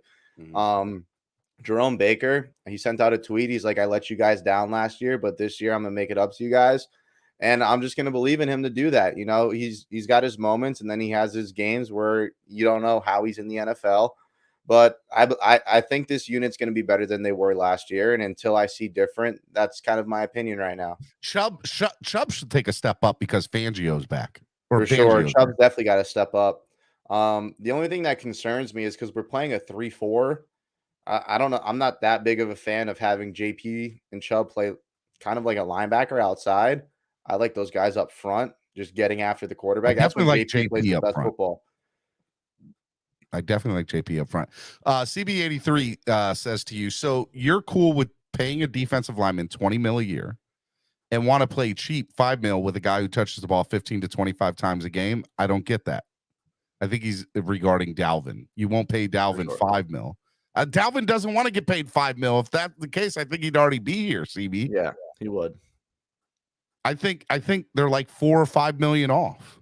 Yeah, I think he wants. Look, I think Wilkins is just more than a defensive lineman. He's the core of the defense. He's the leader in the locker room. He's a team captain. I mean, there's just so much more that comes with him. And I think he almost led the league in tackles. He definitely led the league in tackles for his position group. I mean, he was a game changer. I mean, without him, man, I don't know how great that defense would have been. I mean, he is easily top 3 players on that defense right now. I mean, he's unbelievable. And he's one of our own guys. We drafted him. And you go out there, you re-sign Jeff Wilson, you re-sign Raheem, you go out there, draft a running back. Now you want to go pay a running back instead of keeping one of your top players on your team? Ken says the Vikings owe Cook $2 million and he's looking for 10. So we need to pay him $7 to $8 million. Right. If that's the thing. He's a free agent. If they're $2 or $3 million off, are you upset about that? If they're only 3, let's say they're $3 million off. Mm-hmm. Does that piss you off that they couldn't get a $3 million difference? Especially if he goes to New York or Buffalo. Yeah, like if he goes to a rival team, sure, absolutely. But I mean, if they go out there and make another signing or a trade after Dalvin Cook that I think benefits the team more, whether it's offensive line or a linebacker, whatever the hell it may be, I mean, we'd have to see it play out, or re-signing one of our own guys. I think that's also very important. Don't get me wrong. I would love Dalvin Cook on the Dolphins. Like, nothing would make me happier. But I'm not going to lose sleep over it either. It seems to be the number one storyline with Dolphins fans right now is what the deal is with Dalvin. And to the Cedric Wilson point, look at the Chiefs running back last year. Well, look at the last 10 running backs in Super Bowls. That's what I'm saying, though. Would I rather have a beefy defensive lineman that is a leader on our football team or a solid offensive lineman than a running back? Absolutely. But if you don't address the O-line and you don't address the D-line, and that money's just sitting there, and then you could have signed a Dalvin Cook, yes, I'd be very upset. The last 10 starting running backs that have won a Super Bowl, only 3 of them have gotten paid more than $1 million. And that's it. Only, or it may have been 4. So let's say 4. Out of the last 10, only 4 made over $1 million. And out of that 4, I think only 2 made over $2 million. Well, listen, there's a reason why people say you don't draft running backs and that you don't pay running backs. And it's because it's one of the easiest positions to fill. Look at the Cowboys last year. Zeke goes down and Tony Pollard just took over that entire offense. I mean, you could go out there and your backup running back could run the damn ball. I have a name for you, Leonard Fournette. I wouldn't be pissed off with that either. I think that'd be a great signing. I would be, if we don't get Dalvin, I would be 100% okay with Leonard Fournette coming to Miami. And again, I still want to see them draft. I still want to see them sign one more O-lineman. And I don't know where that's going to be or where that's going to come from and what type of player that'll be, but I think that they need to do that in order to make things work. All right, let's go real quick. You talk about the 4-3 or the 3-4 that they're going to be playing in Fangio's defense. Mm-hmm. Let me ask you, the secondary that they have, number one, arguably the best secondary ever put together. Would you agree with that? By far, for sure. Yeah, definitely. I mean, look at top to bottom. I mean, that the secondary is stacked. It's deep too. Yeah, that's what I'm saying. Last year we lose our starters and we wouldn't even know who the hell's coming in the game. Now, let's say X goes down or Jalen gets banged up. All right, cool. We got Cater coming in. All right, cool. We got Needham coming in. All right, cool. We got Cam Smith coming in. Like, there's that depth. You don't have to worry about Noah Igbenogany or Keon Crossing coming in the game. And I love Keon Crossing. He's the absolute boy. Great special teams player, but the play in the secondary as a corner just wasn't up to par last year, and it showed. But now you got all this depth. It's unbelievable. You know, that's why you made the statement you're not a big fan of having Chubb or JP at the, outside linebacking positions, right? But I would have to think with the defense, with the secondary the way that it is, they're not going to be covering too much in the secondary. Right? Like they'll be rushing the quarterback. And here's the other thing too. You have Chubb and Jalen Phillips. They better be rushing Josh Allen and Aaron Rodgers. And they will. And that's why I trust Vic. Yeah, me too. 100%. Now, let's talk a little bit about the rest of the AFC East. Where do you see let's start in New York. Let's just go to Aaron Rodgers. Does Aaron Rodgers make that big of a difference for the Jets? Absolutely. Okay. And so they won 7 games last year, if I'm correct, with Zach Wilson as their starting quarterback, and also Joe Flacco played in there. And they had that other quarterback that literally could not throw the football. Like, they just sent him back there to run the ball. I don't even remember his name. Well, yep. And obviously Mike White too, who's now on the Miami Dolphins. By the way, before we go into that, what do you think about Mike White signing with the Dolphins? Do you think he'll be the number 2? Or will it be? I think he will be the number 2. That's why you went out there and paid him. Again, I like Mike White. He's from Broward County. I'm from Broward County. So I love when Broward kids come home. I didn't understand the signing. I didn't like the signing. But if he goes out there and if Tua goes down and he wins game for us, then it's a good insurance policy. I thought Skyler, I mean, he was a 7th-round pick, and he showed that he was a 7th-round pick, but I thought he played pretty well. He wasn't great. I mean, Chris Greer and McDaniel probably sat down and watched the tape and thought, hey, look, we need to get a better backup quarterback. So, look, like I said, we get paid to talk. They get paid to make the football team better, and they thought that's the route they had to go. So, if they like it, I like it. I got to just trust them now. There's no point for me to bash on them until I see it. But hopefully we don't have to see Mike White. I think that's what it all comes down to this year. I don't want to see Mike White play. Yep, I don't. I want to see Tua play every single game this year, because that's the only way this team is going to get to where they want to go. Mike White could come in and win games, great. But do I want to see Mike White in the playoffs? No. I want to see Tua do it. And I think he can. He's got to stay healthy. All right, let's go back to New York. So we're looking at the Jets right now. They sign Aaron Rodgers. They bring in Nathaniel Hackett as their offensive coordinator. Robert Saleh's already one of the the brightest young head coaches in the NFL. They Yep. had the offensive rookie of the year and the defensive rookie of the year. Yep. They got a great run game. Are they the second best team in the AFC East right now? Dude, it's tough. I mean, this division is so good. I think the Jets are a really good football team. I'm not going to sit here and lie to you. I think Breece Hall was an amazing running back. He probably would have won Rookie of the Year if he didn't get hurt. Garrett Wilson, great football player. Sauce Gardner, great football player. Then you add a quarterback like Aaron Rodgers. Now, the Jets in the postseason is a different story, but in the regular season, that team's going to win games. That is a good football team. It is what it is, just like the Bills. I think the Bills are going to have a bigger decline, though. They're clearly upset over there. Stephon Diggs, they just canceled mini camp a couple days ago. They lost some key guys on that defense. Their offensive line is still egregious, but they do have a guy named Josh Allen, and he's pretty damn good at football. But for the Jets, I think that Rodgers signing was huge. And if you think it wasn't, you're out of your mind. He's a Hall of Fame quarterback. Now, is he in his prime? Absolutely not, but he's still a top 5 guy in the league.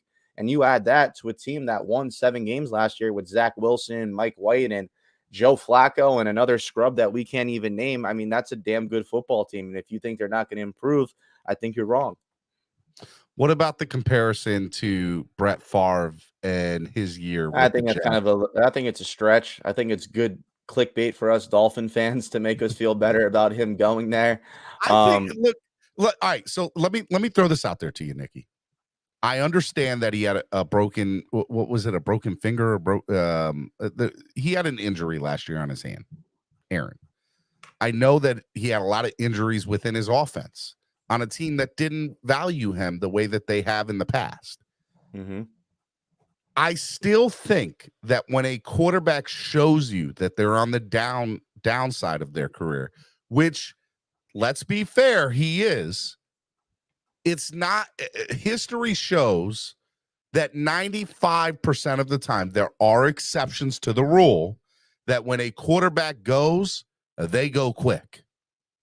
And so I do question a little bit, is Aaron, you're talking about a guy who said he was 95% ready to retire. Yeah, he was done. True.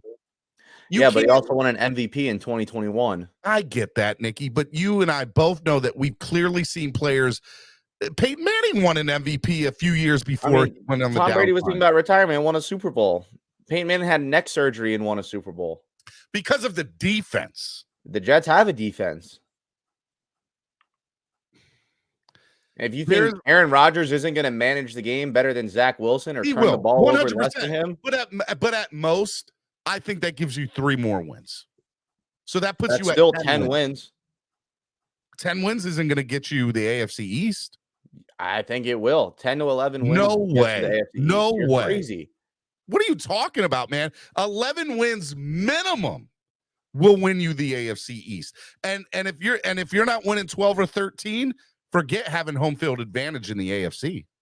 I mean, I don't think any team in the AFC East is going to get home field. Like, have you seen the division? You think we're just going to sweep the Jets, sweep the Bills, sweep the Pats? That's not happening. Well, okay. So, all right, let's be fair. Look at the teams we have to play too. All the AFC East teams play the same teams. It is tough. Let's be fair with ourselves for a second. We think that we're far superior of New England. There are New England fans and New England YouTubers that believe they're not going to win more than 5 to 7 games this year. So let's forget about that. I think we're going to sweep the Patriots. Now, with that being said, we should have beat Buffalo in both games last year. We beat them in one, and we damn sure should have beat them in the second one. Yeah. And for that but matter, I mean, you could also make the argument that we should have lost the first one and won the second one. Bills fans could say the same thing. I'm going to say it right now. Hot take Tuesday. Dolphins don't lose more than 2 division games this year. I pray to God you're right. They do not lose more than 2 division games this year. And I'll probably say the same thing after I see us start 2-0. But as of right now, with a level head mind on me right now, it's tough. I mean, I could see us splitting with everyone. I think the most likely team that we could sweep is the Patriots, but to think that they still have I still believe we're the best team in the AFC East, but that I don't necessarily think you have to win this division to make it further in the playoffs than the other teams. I think the playoffs are going to go through KC again. Okay, here's my problem with that statement, okay? We've clearly seen the last 2 years, the first round of the AFC that wild card weekend, for the most part, those are blowout games. You clearly see that the teams that are the higher seed win those games over the teams that win the lower seed. We were the closest game last year, and we had a third-string quarterback playing. And that's because I think Buffalo's on the downcline, and I agree with you on that. But let's be honest with ourselves. If we make the team as a 5th, 6th, or 7th seed, it's going to be a run that we will have to make to go to the AFC Championship game. Look at the Heat and the Panthers. You got to make a run. You can't compare NBA and NHL to the Why? NFL. You can definitely compare NHL for sure. No way. No way. What do you mean? The number one team in the NHL loses every year. They don't make it to the Stanley Cup. Well, we saw that with Boston this year. It's the President's Cup curse. It happens with every You're team. right. It happened to the Panthers the year before. But in I'm the just NFL, saying, look, it's all about getting hot at the right time. The Dolphins could start 0-5, win the next 11 games or whatever the hell it is, make it as a 5 seed. And if they're playing great ball in December and January, I care more about that than being like the Vikings, where you're the 1 seed or whatever. And towards the end of the year, you're playing bad football and you get bounced early in the playoffs. That it doesn't matter as much to me. I'd rather this team just be clicking at the right time heading into the playoffs than starting out 12-0, or like we did last year, 8-3. And then you start playing terrible football come the postseason, and then you get ran out the building. Look, we know that the Dolphins need to win in December, January, and obviously February. We got to get to January to be able to win in February. But we all agree with that. We also facts, the Dolphins haven't won a playoff game in 20-plus years. They got to win. If this team doesn't win a playoff game, they got a problem. All of a sudden, we want this team to be in the Super Bowl, which roster-wise, they should. I agree. But is it fair for us to be like, hey, they need to be a Super Bowl contender today when they haven't even won a playoff game yet in the last 20 years? And that's a great question, Steven. But to answer it, yes. They should be thinking Super Bowl. When I was talking to them in the locker room, I walked up to Jalen Waddle, I walked up to Tua, and even to Deshaun Elliott, and I told them to their face, I said, I've been a diehard fan of this team for 23 years. If we don't win a playoff game this year, we have a problem. And they looked at me and said, fuck that, we want to win a Super Bowl. So that's the vibe in the locker room. Talk about hot take. And I'm with them. I think a playoff win is a minimum. And that was my minimum last year. Now you go out, you add all these guys, you better win more than one playoff game. Let me put this in perspective for you, though. Okay, I think that the playoff win is not the end all be all because Tua had played last year and was healthy. I think we would have won that playoff game last year. So I cancel that out. In my opinion, and I know some fans kill me for this, but I don't care. I think it's minimum AFC championship game or bust. Minimum. You have to make the AFC championship game with this roster. And if you don't, there's an issue. And the reason I say that is because I've seen how Buffalo, who had a really good roster the last several years, lost some really just bad luck losing some of those playoff games. No other, not that they were the inferior team, just bad luck. Right. And when you're playing the best player in the NFL, Patrick Mahomes, look, you got to call a spade. Like it's going to be. Here's what I'll say. I believe this. I believe that we will see Tyreek Hill in Kansas City next year. And I know that we're playing the game in Germany, but hot take Tuesday. We will see Tyreek Hill play in Kansas City next year. Now, will that be the AFC divisional round? Will that be the AFC championship game? That's to be determined. Right. But I do 100% without a doubt unequivocally believe that Tyreek Hill will get a chance to play in Arrowhead next year. I hope so. That'd be great. And he's going to get his just due. Now, looking at the schedule, the strength of schedule, that's going to play a factor in too. So to your point, you think 11 wins, 10 wins.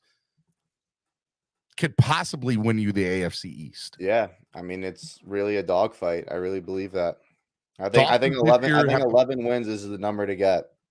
Dolphins this year have to play the AFC East, right? Yep. The Philadelphia Eagles, Yep. the KC. Baltimore Ravens, Yep. Kansas Chiefs. City Chiefs, the Chargers with Herbert, Cowboys. with Dak Prescott. That's what I'm saying. If this team wins 11 games, I think they could win the division. And if this team wins 11 games with this schedule, I think they could possibly win the AFC. It's not going to be easy. I still think 12. But I think they have the team to do it. I know it's not going to be easy, but they have the army to win the war. They have the army to win the war. I like that saying. I struggle with saying that 11 wins can win you the AFC East. I still think it needs to be 12. What did it win last year? 12? Buffalo won 13, I think, right? 12, 13. But there was also a huge talent discrepancy between Buffalo and the other 3 teams in the division. Why do you think Buffalo's on the downcline, by the way? The decline. I mean, the proof's in the pudding. I mean, you got a star receiver, doesn't want to show up to camp. They're canceling training camp. And Colin Cowherd, believe it or not, made a great point. I mean, it's an offensive league, and they don't have an offensive head coach, and their offensive line is just as bad as the Miami Dolphins. It's just masked better because they have Josh Allen, who's 6'6", impossible to tackle, and can run the football. You think losing Leslie Frazier is going to be big for them? Of course. Me too. I agree. I'll say this. I don't know if it'll be the Jets or the Dolphins in one, but I'm going to say the Buffalo Bills are going to be the third team in the AFC East. Yeah, I mean, I don't have a problem with that either. Maybe second. It doesn't matter. Like from a betting perspective, though, if I look at Buffalo, the Jets, and the Dolphins, I'd say we're all pretty head on head. I think it's a 3-way horse. And the fact that we get plus 300, which means you could risk $100 to win 300. I think that's the best bet that you can make. And I'm not even being biased. You look at the Bills roster, you look at the Jets roster, you look at the Dolphins roster, they're all good. If not, I think we might have a slight edge over both teams. You could also make the argument that they have the slight edge over us. At the end of the day, it's an even 3-horse race. I don't think any team really has that much more over the other team. But if Tua's healthy, I think the sky's the limit for the Dolphins. I really do. I have a weird question to ask you. I feel like maybe our conversation shouldn't be how we could stack up against the Jets or the Bills. Our conversation should be, or the question should be, how does our team stack up against the Chiefs and the Eagles? I wouldn't go there, to be honest with you. I think first you got to compete within your division, make the playoffs, and then you go from there. I mean, obviously, you're going to want to compete with the Chiefs. You're going to want to compete with the Eagles, even though they're in another conference. But until you're actually in the playoffs and winning games, why the hell am I going to compare myself to them? If I'm a Bengals fan, sure. I mean, like it feels like they're going to the AFC Championship every year, and they actually won one of them too already. So if I'm a Bengals guy, sure, yeah, I would be comparing myself to the Chiefs. But right now, as a team that hasn't won in 23 years, I'm comparing myself to my division because it's one of the best divisions in football. And you have arguably 3 of the top 5 teams in the AFC in your division. That's and if crazy. you win that division, in my head, you're already on KC's level. Remember last year, though, we thought the AFC West was going to be strong. And then obviously the Raiders crapped the bed. And everybody knows that watches my show knows that I thought that they were going to be great last year. And they crapped and the Broncos, too. I thought the Broncos were going to be good. They were terrible.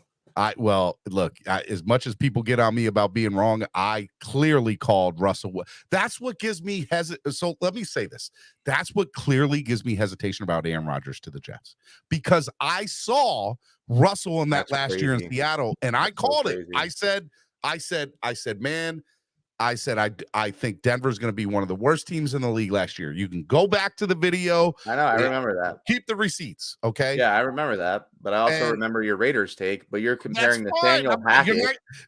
Weren't you the one that tells me we're not going to get 100% on everything, Nicky? Okay. No, I know. You're right. But Nathaniel Hackett clearly is not a head coach in the NFL, and he was absolutely terrible. And Nathaniel Hackett's going to be the difference maker. By the way, Russell Wilson and Aaron Rodgers. are even close to the same type of Alex quarterback. Lazard and Randall Cobb are going to be the difference maker on that offense. Come on now. You think that's the difference maker and not the Hall of Fame quarterback? I'm just saying, they can't seem to. Why isn't DeAndre Hopkins want to go there? Why couldn't they get Odell Beckham? Because they clearly had the better for Baltimore to give. Baltimore gave him $20 million off an ACL tear, and New York clearly said they had the better offer on the table. That's been confirmed. And you're telling me the Jets offered Odell Beckham more money than the Baltimore Ravens, and they still could not bring him. That tells me something, man. I'm sorry. If DeAndre, I'm glad that tells you something, because it tells me absolutely nothing. They still have great receivers over there, great running back. They have a young receiver and Garrett Wilson.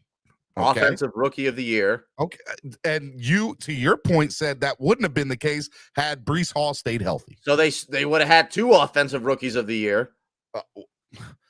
Okay. I'll concede to that notion. But you're telling me that Alex Lazard and correct me if I'm wrong, Alex Lazard was on that Green Bay team last year, right? And he wasn't the difference maker. And Randall Cobb. Dude, you're putting words in my mouth. I never said that Randall Cobb and Alan Lazard are the difference makers for the New York Jets. I hear you. I'm telling you right now, though. Is Aaron Rodgers not a top 5 quarterback in the NFL? Yes or no?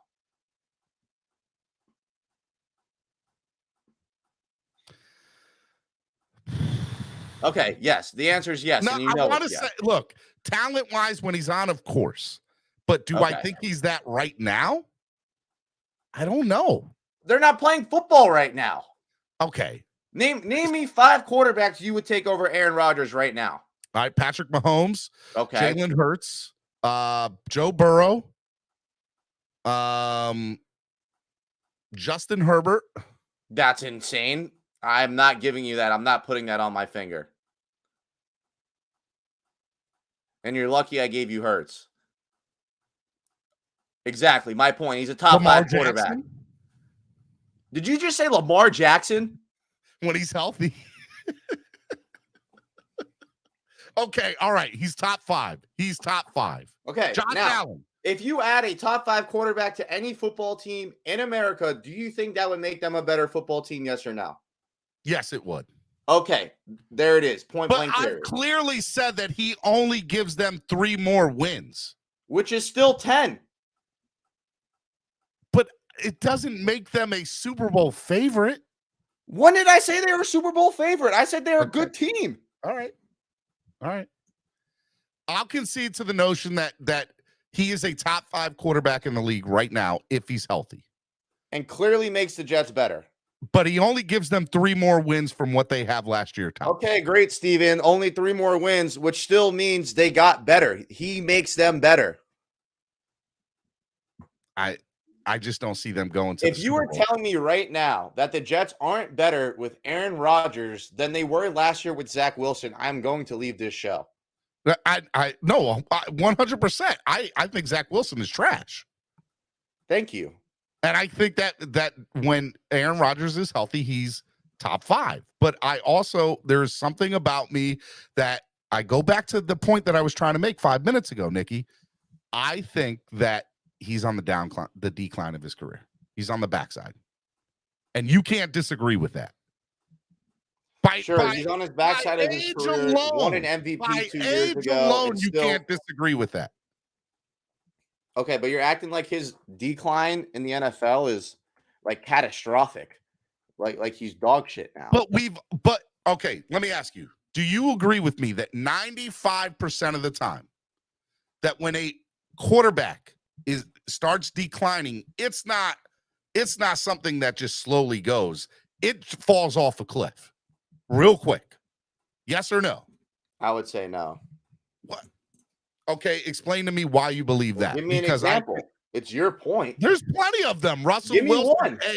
Exhibit A, Russell Wilson. Exhibit B, Brett Favre. Exhibit C, any of the quarterbacks back in the day, Troy Aikman, Jim Kelly. Okay, and then we could talk about the great ones like Tom Brady. What decline did he have? Tom Brady. Okay, all right. Look, Tom Brady. Aaron Rodgers he's an elite quarterback. Like we can't even compare Brett Favre to Aaron Rodgers. To almost any argument, he's the exception. You can't even compare Aaron Rodgers to Brett Favre. Why not? They Aaron played for is the same two 100,000 teams. times better than Brett Favre. Aaron Rodgers, how many Super Bowl? They both have the same Super Bowl wins, right? Okay, so we're gonna do everything by rings. No, but I mean, look, that's what people want to do. But I mean, that's why. Is Bill Sims better than Dan Marino? No. Okay. Okay, my point. Okay. All right. Well, first of all, I love debating with you, but I'll say this, man. My hot take for Hot Take Tuesday is I think Aaron Rodgers is going to show major decline this year. And it's I going to hope fall you're off. right. And it's going to be Russell Wilson-esque from last year. And this video of Russell Wilson and him working out, sad. Just sad. Okay. And I don't think that Sean Payton's going to be the difference maker in Denver either. At all. And let me ask you, what do you think about Trevor Lawrence? You think Trevor Lawrence is a top 10 quarterback in the NFL right now? Top 10? I'm like a borderline guy on T-Law.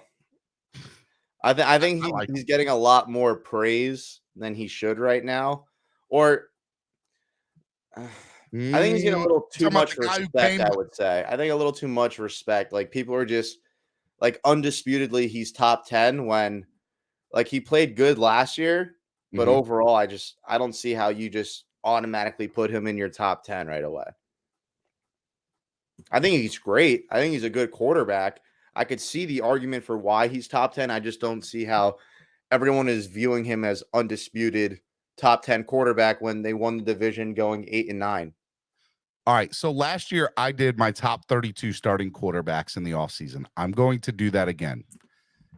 And off the top of your dome, give me your top 5 best starting quarterbacks in the NFL right now. It doesn't have to be in any particular order.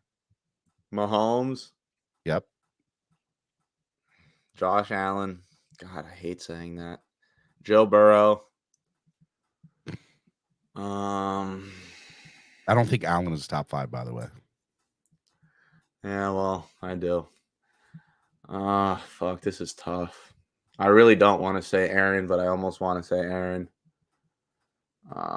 You just argued with me for the last 10 minutes that Aaron was. If you don't have him in your top 5, I'm gonna hurt you. Yeah, I think I have to put him up there, top 5. So I'll do Aaron 4. Oh shit. I swear, top 5 is like the hardest thing to do. I know. But you're the one who gave that to me, so I want to know your top 5. Definitely not putting Herbert up there. Fuck him. Why not? His numbers are there. They are insane. I'm just not putting him up there, principal. This is tough. So let me look. All right, no order. Josh Allen, Joe Burrow, Patrick Mahomes. Damn, bro. I guess you got to put Hurts up there. Dak Prescott stinks. Daniel Jones stinks. Yeah, no. Hurt stinks. Jared stinks. Love stinks. Fields, whatever. Tampa's got no quarterback. I'm not putting Bryce Young up there. I'm not putting whoever the hell Atlanta's going to send out. Definitely not Brock Purdy, not Geno, not Stafford, not Kyler. I guess I got to put like Rodgers, and I guess I got to put Herbert up there or something. I don't know. That's tough, man. Herbert is in the top 5 best quarterbacks in the NFL, without a doubt. Talent-wise, yeah. I mean, look, he really does have a fourth quarter problem, though. I have to give him, like, Tua's got an injury bug, but Herbert has like a fourth quarter problem. 6 in one hand, half a dozen in the other. I agree with you. Yeah. Okay. Yeah. But number one, I'm a little upset that your argument to me about Herbert is purely based on pride, not based on anything else. Your argument to me with him was. Nah, I think Herbert's really good. Okay. So Herbert is top 5 in my opinion. Yeah. So I'll go Mahomes, Josh. No order. I mean, Mahomes is definitely one. I'll put it in order. Mahomes, Burrow, Josh, Rodgers. I guess you got to fucking put Herbert at 5. Mahomes, Burrow, Allen, Hurts, Herbert. That's 4, right? I'll put Hurts over Herbert. Yeah, of course. Hurts has made it to a Super Bowl and I'll put him was over there. a couple of minutes away from winning one. I still have difficulty putting Aaron Rodgers at 5, but I don't know who you would put in front of him. Yeah, I mean, And I'm not putting Josh Allen in my top 5. So Aaron Rodgers is the 5th best quarterback in the NFL. And that's because everybody else is, when you after 8, you fall off a cliff. Yeah. It's kind of just like pick your poison. Yeah. You fall off a cliff after 8. And that's why I think Tua is probably 11th or 12th best quarterback in the NFL right now. Mm-hmm. And that's because of his health more than anything. When he's on, he could be top 10 easy. Yeah, I think that's fair.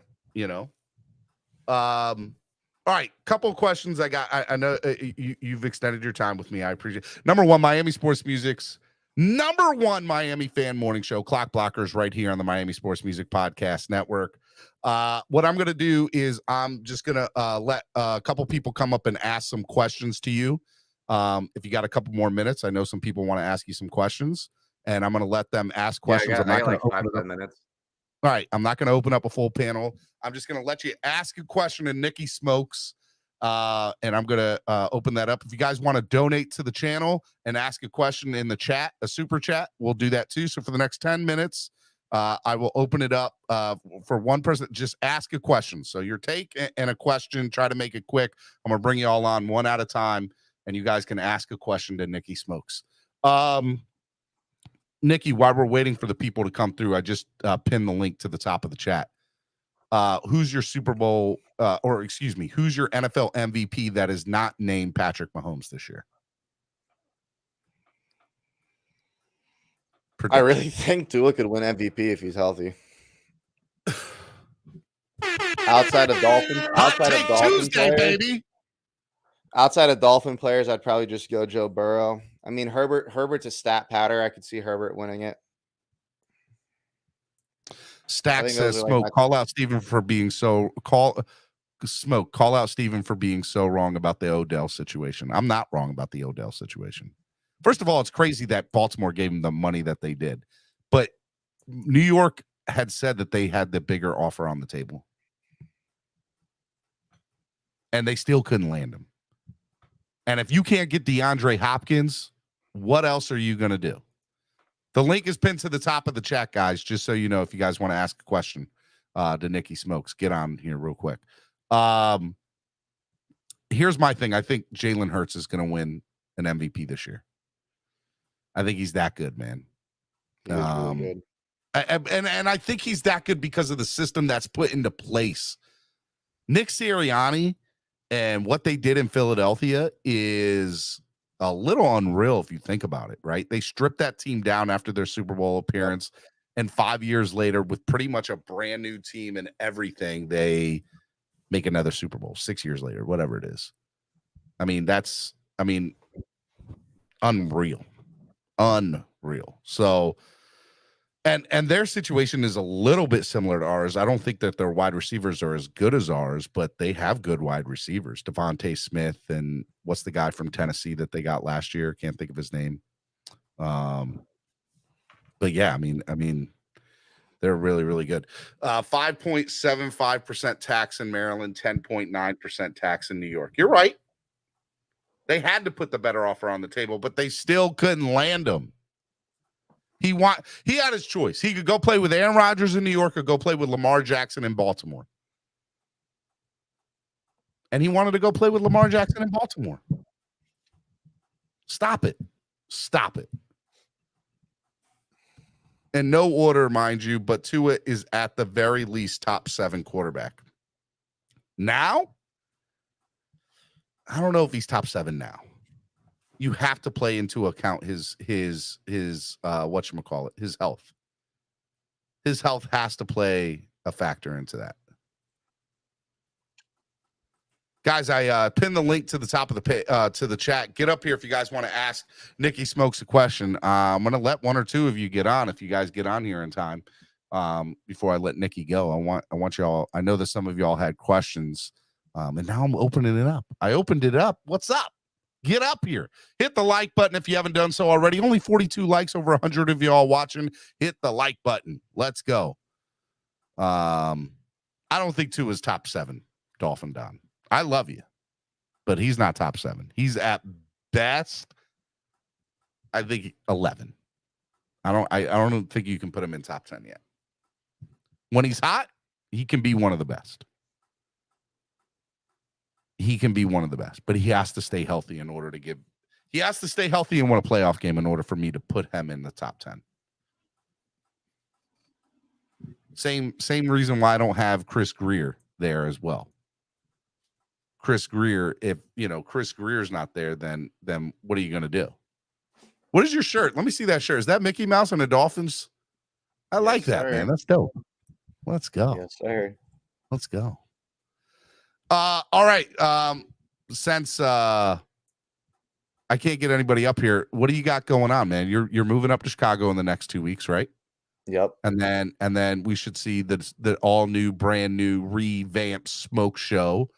A little after that on your channel still, and hopefully we'll see you on the Yak a little bit too. Yeah, it'd be pretty fun, right? I know, man. The Yak is one of my favorite podcasts. I listen to that almost every day.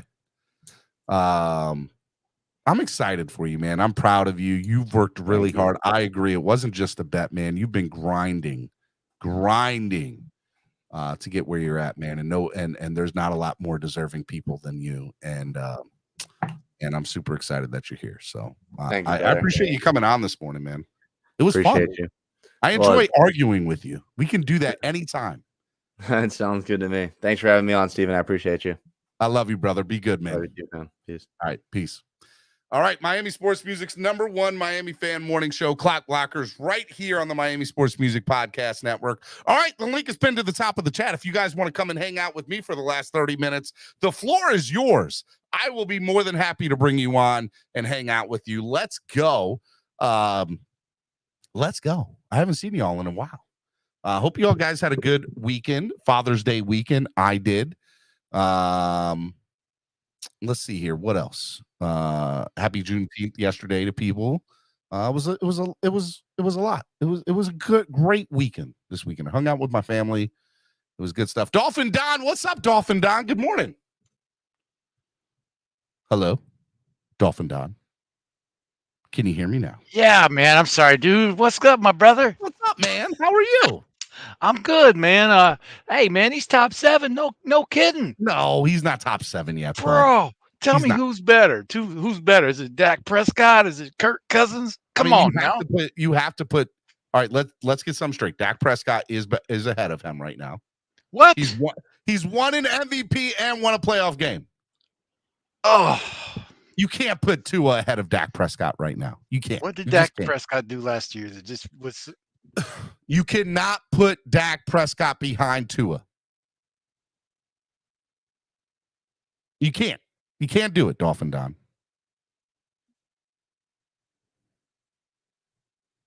Did you just fall off the face of the earth? Where are you at?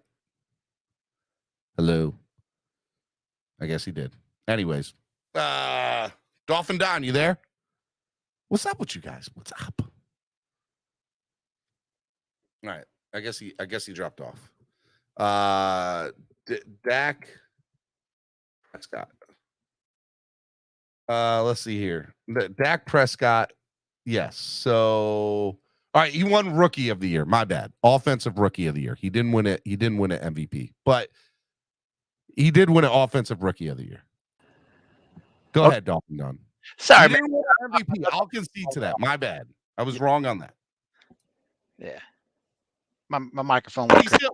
But he has 166 touchdowns and 65 interceptions. You know, he's got 26 rushing touchdowns. Okay. Well, I mean, you're comparing Dak Prescott to the two that came in to the league with a broke-ass hip. Got you. I hear you. I'm just telling you, in my opinion, brother, I would put Dak over Tua right now.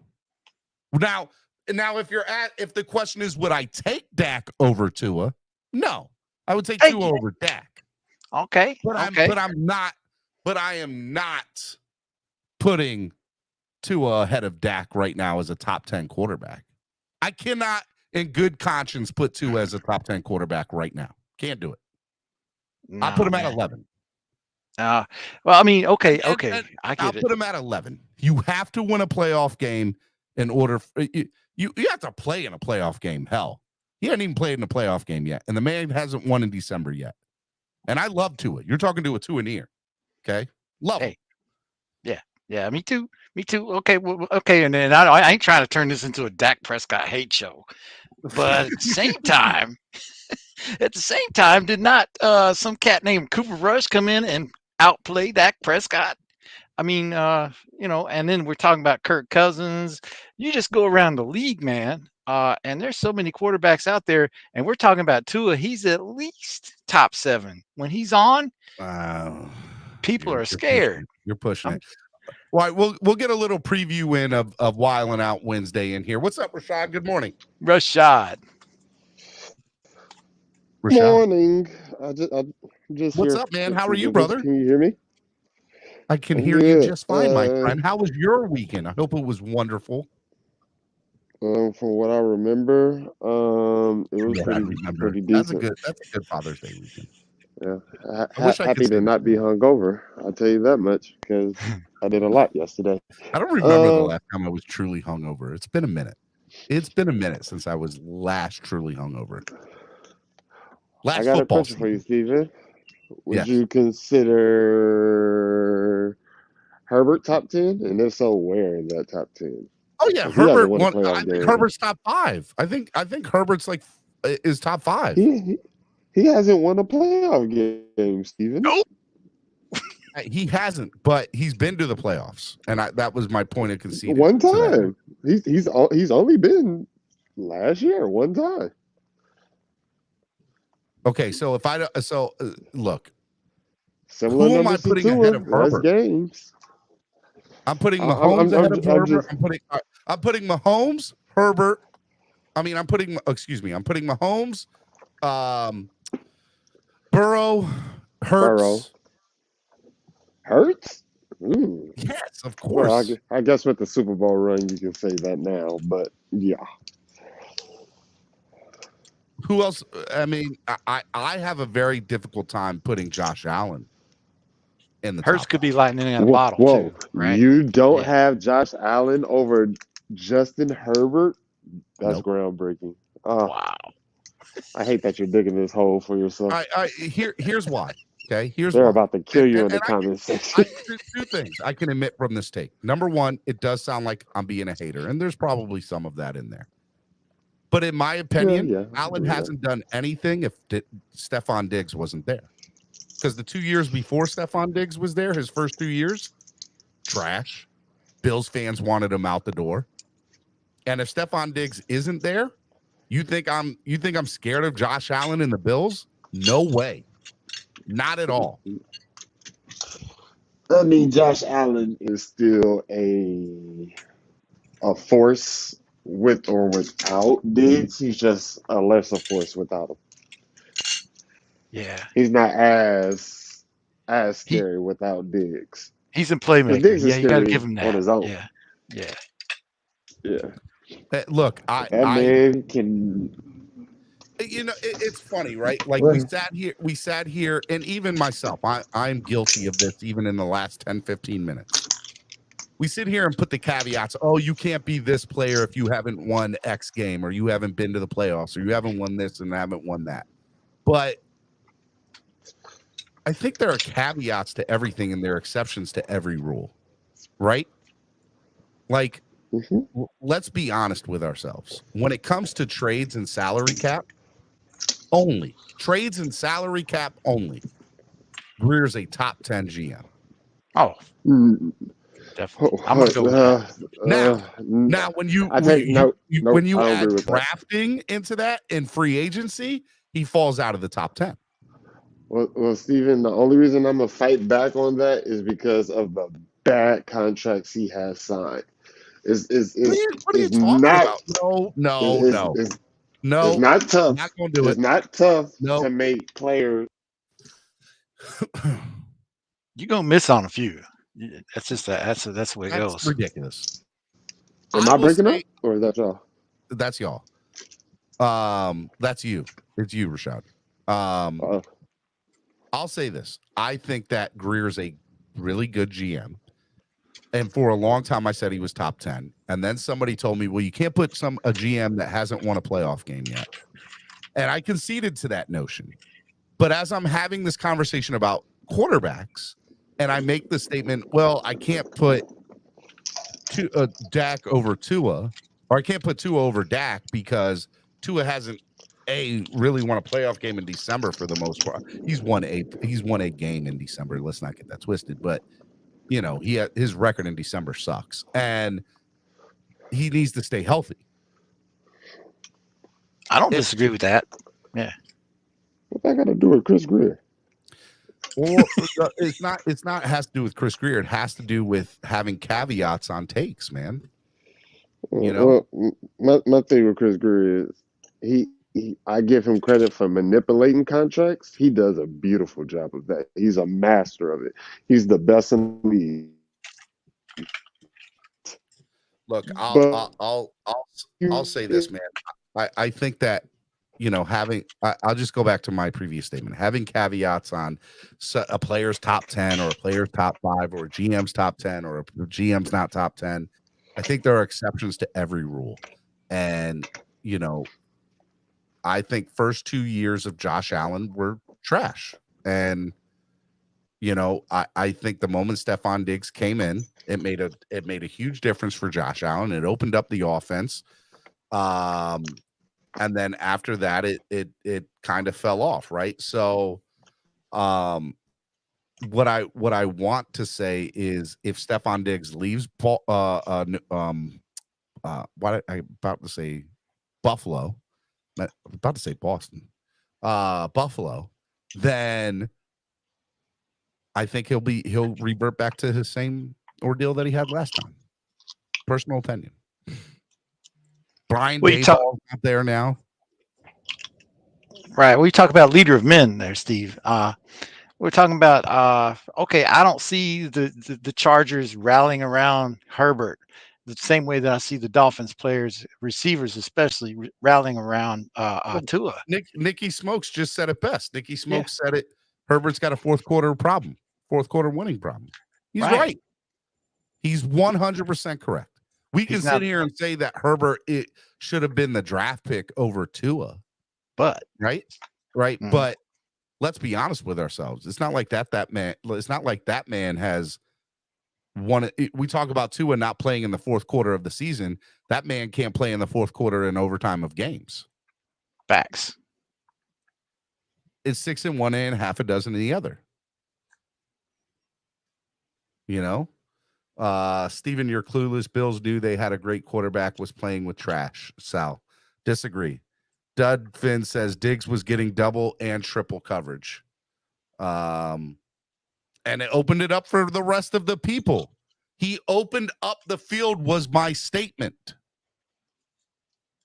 You take Diggs out of there, you're able now all of a sudden you're not double and triple teaming Diggs.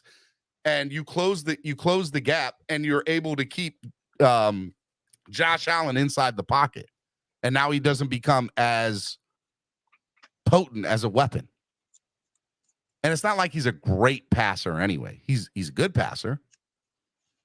But we also live in a pass-happy league. So all the numbers, which are great numbers, to me are a little skewed because we live in a pass-happy NFL. Personal opinion. Facts. I know some people are killing me for my take. I don't care. Come up here and debate it with me if you disagree. Same thing for me, man. Like, stop. Lewis, get up here. Get up here, Lewis. I'm calling you out if you're going to say that's cat. King Louis.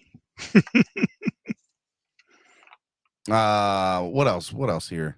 Steven, you delusional fans are delusional. First off, nobody wanted Allen gone.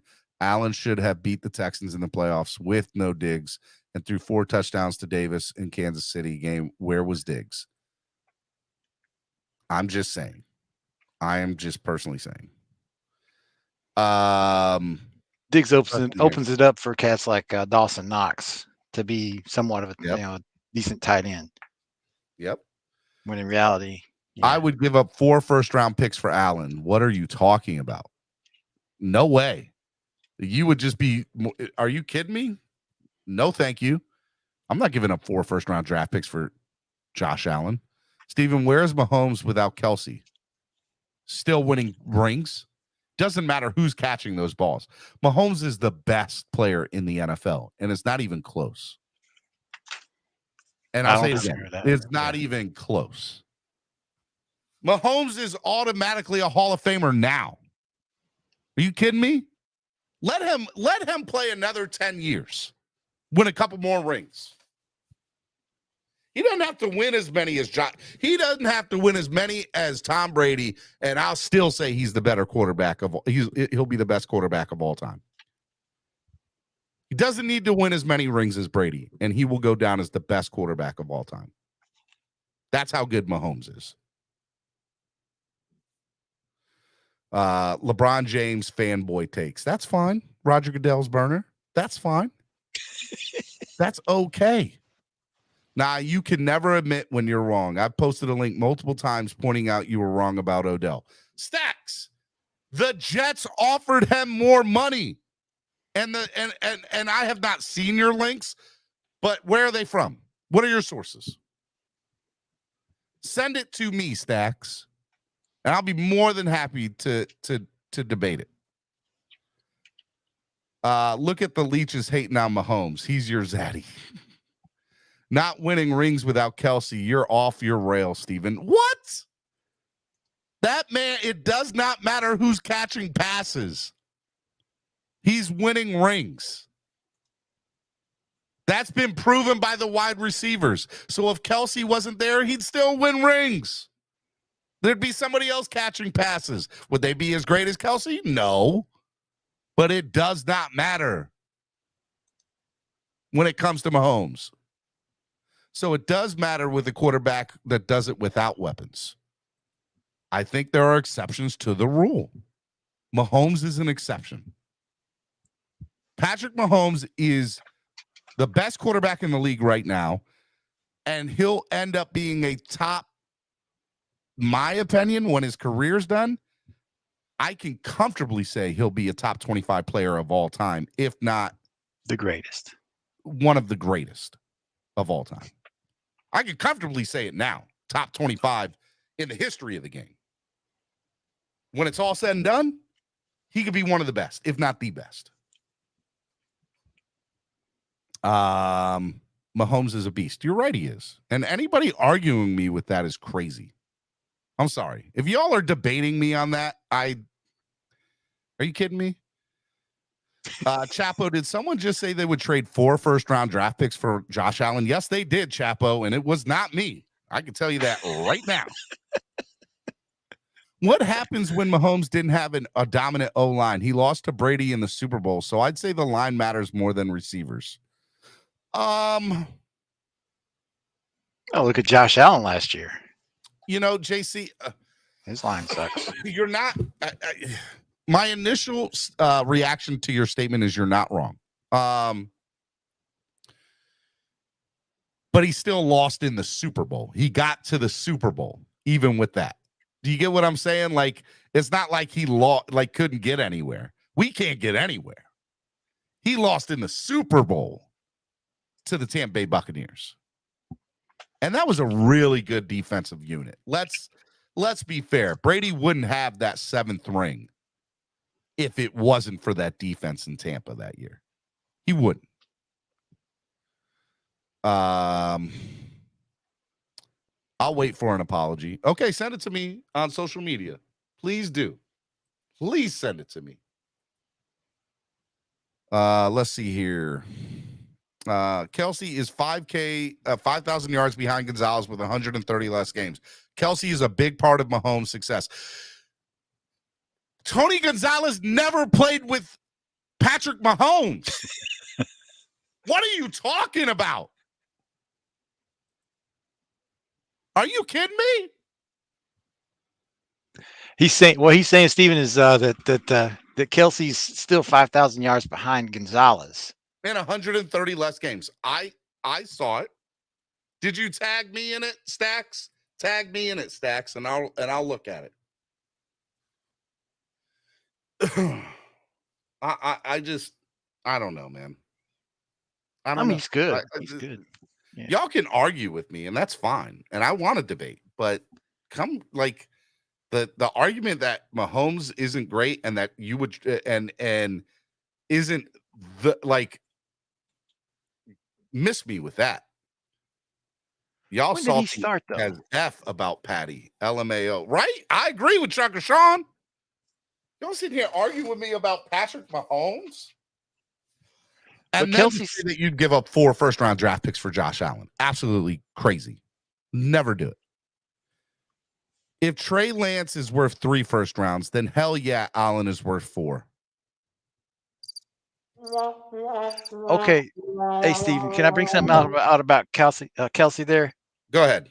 He started with the Chiefs in 2013. Mahomes started with the Chiefs in 2017. So he was there long before Mahomes got there. So you could say that Mahomes made Kelsey, not the other way around. That Mahomes made Kelsey? Of course you can. Right. So of course you can. So and you it's can't really not say. even and like no, flip side, the argument is that people are saying that Kelsey is what makes Mahomes great. And that's BS. Because Kelsey doesn't, like, Mahomes doesn't need anybody to make him great. Mahomes is great on his own merit. Whether Kelsey is there as tight end or not. Now, Kelsey is one of the best tight ends to ever do it. I'm not denying his talent. And I'm not denying that it makes it easier for them to win games. But if Kelsey wasn't there, they would still have another good wide receiver, and they probably still would win games. They would win Super Bowls. Everybody said at the end of last year, oh, man, Tyreek Hill leaving. There's no way that Patrick Mahomes can win without Tyreek Hill. Wrong. He did. And made it look easy doing it. So don't tell me that Kelsey, like, I'm not sitting here crapping on Kelsey. I love the guy. I think he's great. But Mahomes is the GOAT in my, like, he's not the greatest of all time. Okay, he's not the GOAT. But he's the greatest football player right now in the game. He's undebated, in my opinion, top 25 all time right now. And I think when he's all said and done, he could be one of the best, if not the best. And he doesn't have to win as many Super Bowls as Tom Brady, in my opinion, to be considered the GOAT. He needs to win 2 more rings, and he'll be considered the GOAT, in my opinion. Just win 4. You win 4 rings, Mahomes is the GOAT. Doesn't need to win 7. He doesn't. Personal opinion. Let's see here. Mahomes is great, but Steven's ridiculous claiming Diggs made Allen, who threw ball to Diggs to get his fat contract. Sal, let's get something straight. Before Diggs came to Buffalo, there were 2 years with Allen. I believe they were trash years. I believe that majority, and I can bring up Buffalo Bills fans, and by the way, I'm not going to bring up Bills fans today. Just not going to do it. Don't want to hear from them. Okay. Love y'all. Don't want to hear from y'all today. I'm telling y'all right now, when it's all said and done, Josh Allen, his numbers have been a majority of the reason is because you look at Stephon Diggs and him opening up the field by bringing in double and triple coverage. It allows you to have better passing, which is why you've been able to see people like Dawson Knox have good and decent careers. Who else has been there, man, that has done pretty well over the last 5 years there?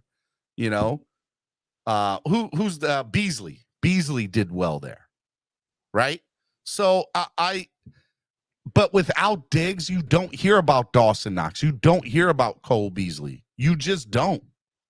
They might still have some good games, but they're not having the years that they're having in Buffalo without Stephon Diggs. It's just not going to happen. Hey, Steven, brother, I'm going to step down. There's people that want to get up here and talk. I just wanted to say it was awfully nice to chop it up with you a little bit today. Hey, Tua's the future, y'all. Hey, man, Tua is the future. I agree with you. Tell them to hit that like button and donate, Dolphin Don. Please hit this like button. It ain't easy getting up and doing this every day for y'all MFers. Love, peace. People are mad because I've missed a little bit the last few weeks, but I've been. It's the off season, man. I'm trying to. I know, bro. Hey, there ain't nothing out there right now. There's just tidbits. I do not have anything from you. It's at Stephen D SKPL. Are you sending it to Andrevius's ghost account of me? Stephen underscore SKPL. That's not me. It's Stephen D at Stephen D SKPL. There it is. Right here. Tweet me at Stephen D SKPL. All right, brother. Be good, man. Love you, Dolphin Don. Love you back, man. Peace. Chris, what's up, man? How are you? Not too bad, brother. I've been watching you. Hey, I appreciate it, man. I appreciate it. How's everything going? Everything's going good, man. Everything's going real good. What do you want to talk about, man? No, man, I just agree with you 100%, man. Watching Mahomes come in when he came in and then play towards the end of the season, and then he was a breakout. As soon as he started playing, I knew he was a star just watching him play. So you agree with me about the 100%, dude. Mahomes is going to go down in the top 10 of the greatest quarterbacks in history. Top greatest players to ever play the game. I would say honestly, it's going to go down as he's probably going to have as much rings as Tom Brady if he keeps going the way he's going.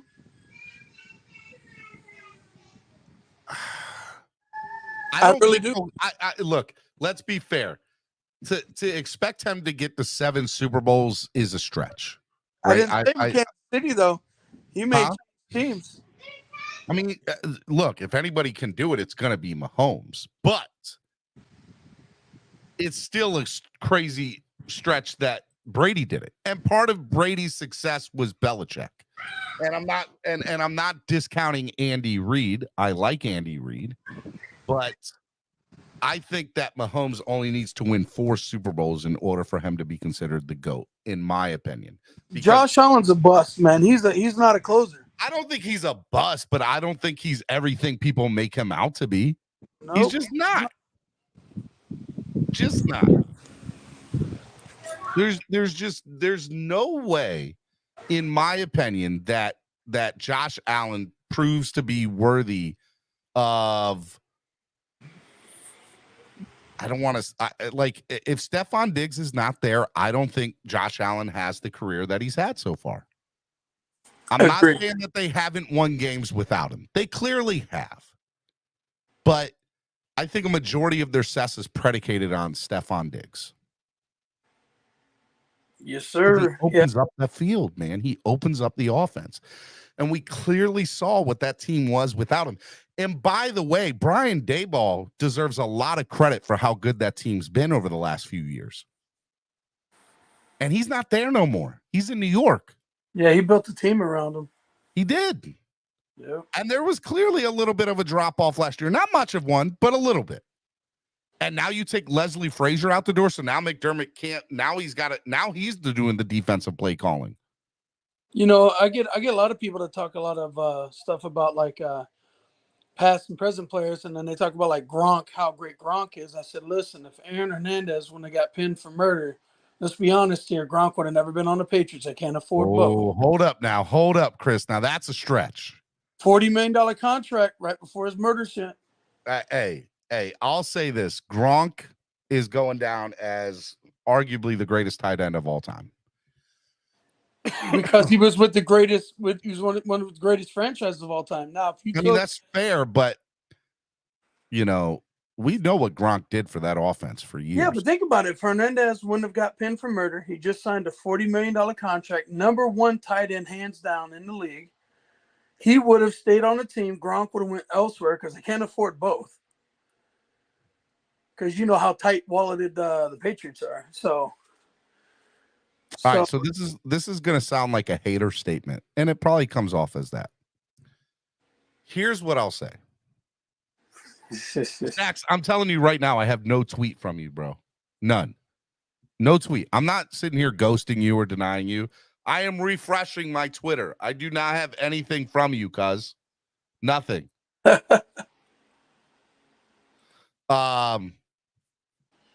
Here's what I'll say.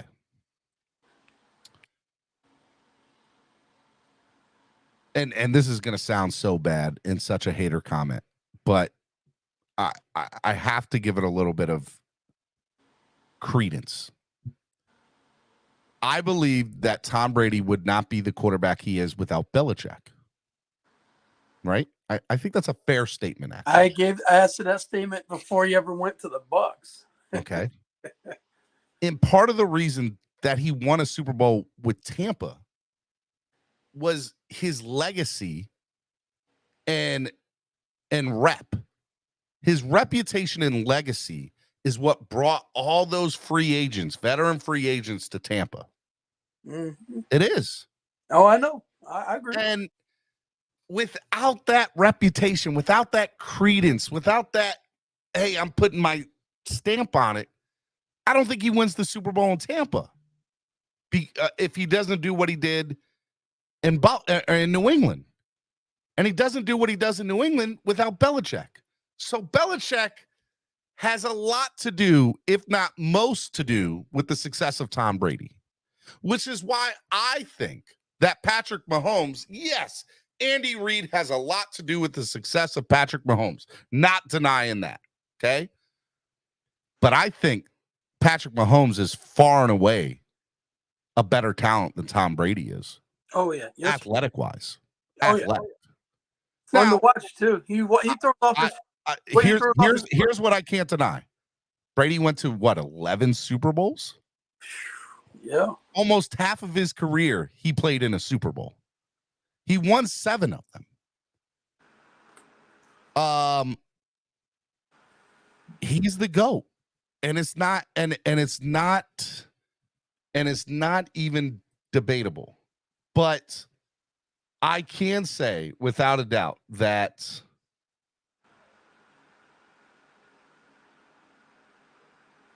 I don't know what's going on with Twitter then, because something's going on with Twitter. Because I saw you just reposted Stack's post for you, Stephen D.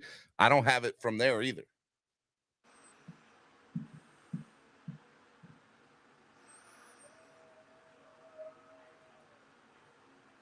I think something's up with Twitter, to be perfectly honest. Go look and see if Twitter's down or something, or if there are issues with Twitter. Just to be fair. Yeah, I mean, look, I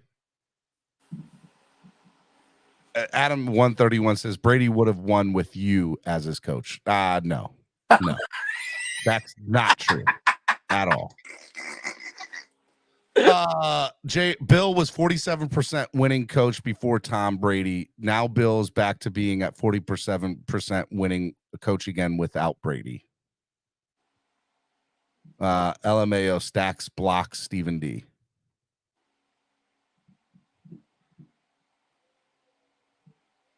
Is that Stacks? Do you have me blocked? I don't think he has me blocked. I don't have anybody blocked.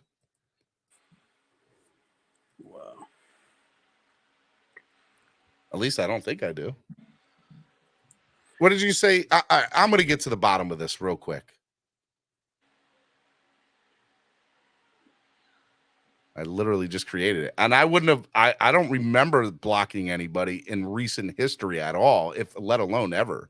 I'm not saying there's not 1 or 2 people I might have blocked in the past, but I don't know anybody that I've blocked.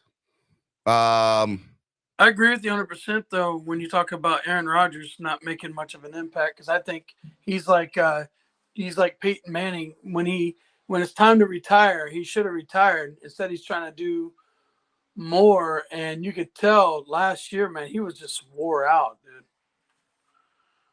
Patrick Mahomes is the better talent than Brady, but the better quarterback than Brady.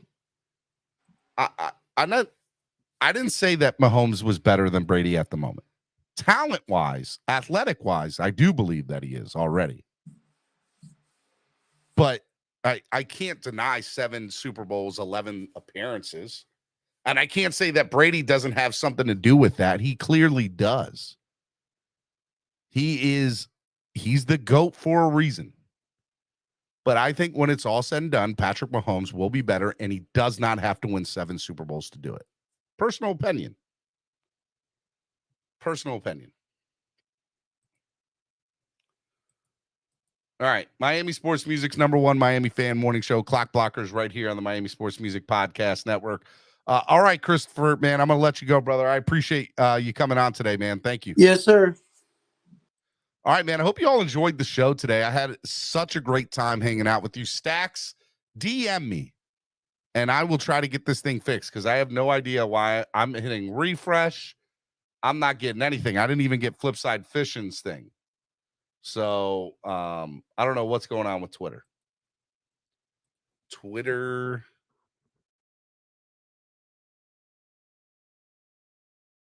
No?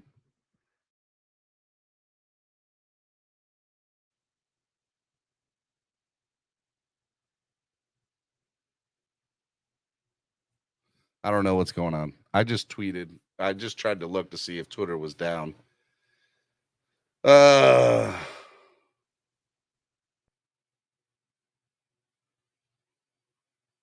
don't know. Anyways, I hope you all enjoyed the show today. I want to thank Nicky Smokes and Barstool Sports for coming on. Shout out to Barstool. Shout out to Nicky. Guys, go support Nicky, man. He's doing big things over there at Barstool, and we as the family need to go support that. Make sure you guys go support your other local Miami Dolphins YouTubers, CB83, Nando Talk, Finsaholics, TD Fins Talk, Dougly Do Wrong, Finside the NFL. Everybody, man. Everybody deserves a little bit of love, man. And we all have something to offer. So I hope you guys enjoyed the show today. You guys can follow me on social media at Stephen D SKPL. Normally, it looks like it's working on Twitter. I don't know what's going on with Twitter. But as soon as I get it, I will respond to it, Stacks. Try to DM me, buddy. I appreciate Stacks trying to hit me up, man. I have no problem debating you. I want to debate you, Stacks. I'm just not getting anything from anybody. The people want to try to go tweet me right now. I don't know what's going on with my stuff, at least on the computer side. Maybe let me check my phone. Maybe my phone is different.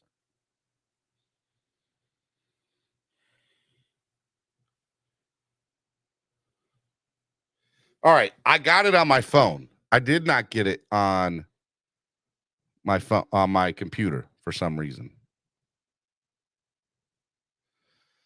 CBS Sports says Odell Beckham offered Jets an opportunity to match offer per report. Who wrote this? Jordan Jahani. All right. This is a credible source. I will do my research. Okay. I will concede to the notion at the moment. This is a good source, and I will say that you might be onto something there. Okay. And I will go look to see if I can contradict that with another source somewhere, and we'll see what it is. But I did get it. I can see you in the chat, Stacks. Scroll up. Chapo Finesse quoted like 3 snippets of the CBS Sports article. Chapo Finesse. In fact, according to Beckham, actually reached out to the Jets on Saturday night to give him a chance to match Baltimore's offer. Of course, New York did not. SNY also reports that the Giants were legitimately interested in a reunion with Beckham, but his price was just too high.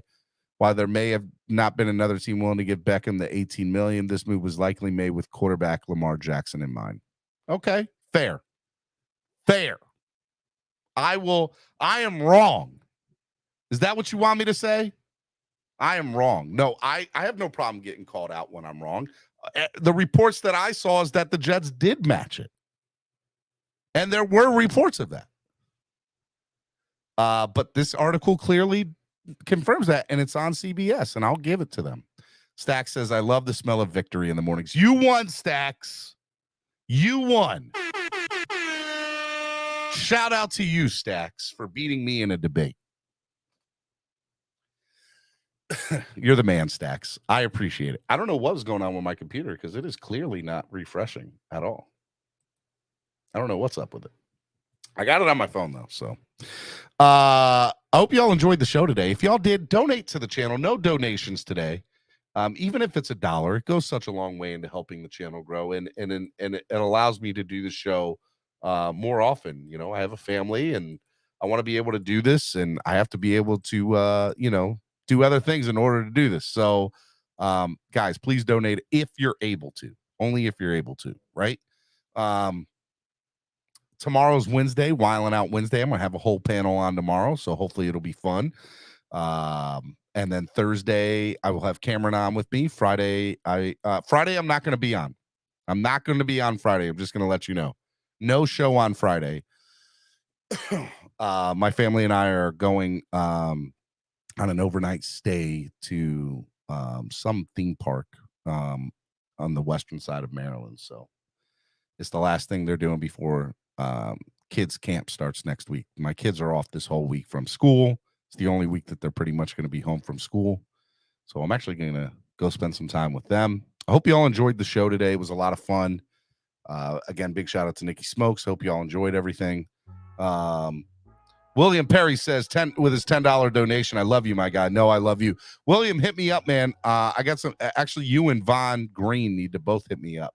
I got something in the works for Fan Club Weekend for stand-up comedy, man. So hit me up. I got some good stuff in the works. We're going to do a charity event and stand up. So it's being worked on now, and I want you and Vaughn to be a part of it. So love you guys. You guys are the best. You guys are awesome. I love you, fans. Tomorrow, Wiling Out Wednesday. Come hang out. All right. Thank you for the donation again, William. Anybody else wants to donate, hit me up.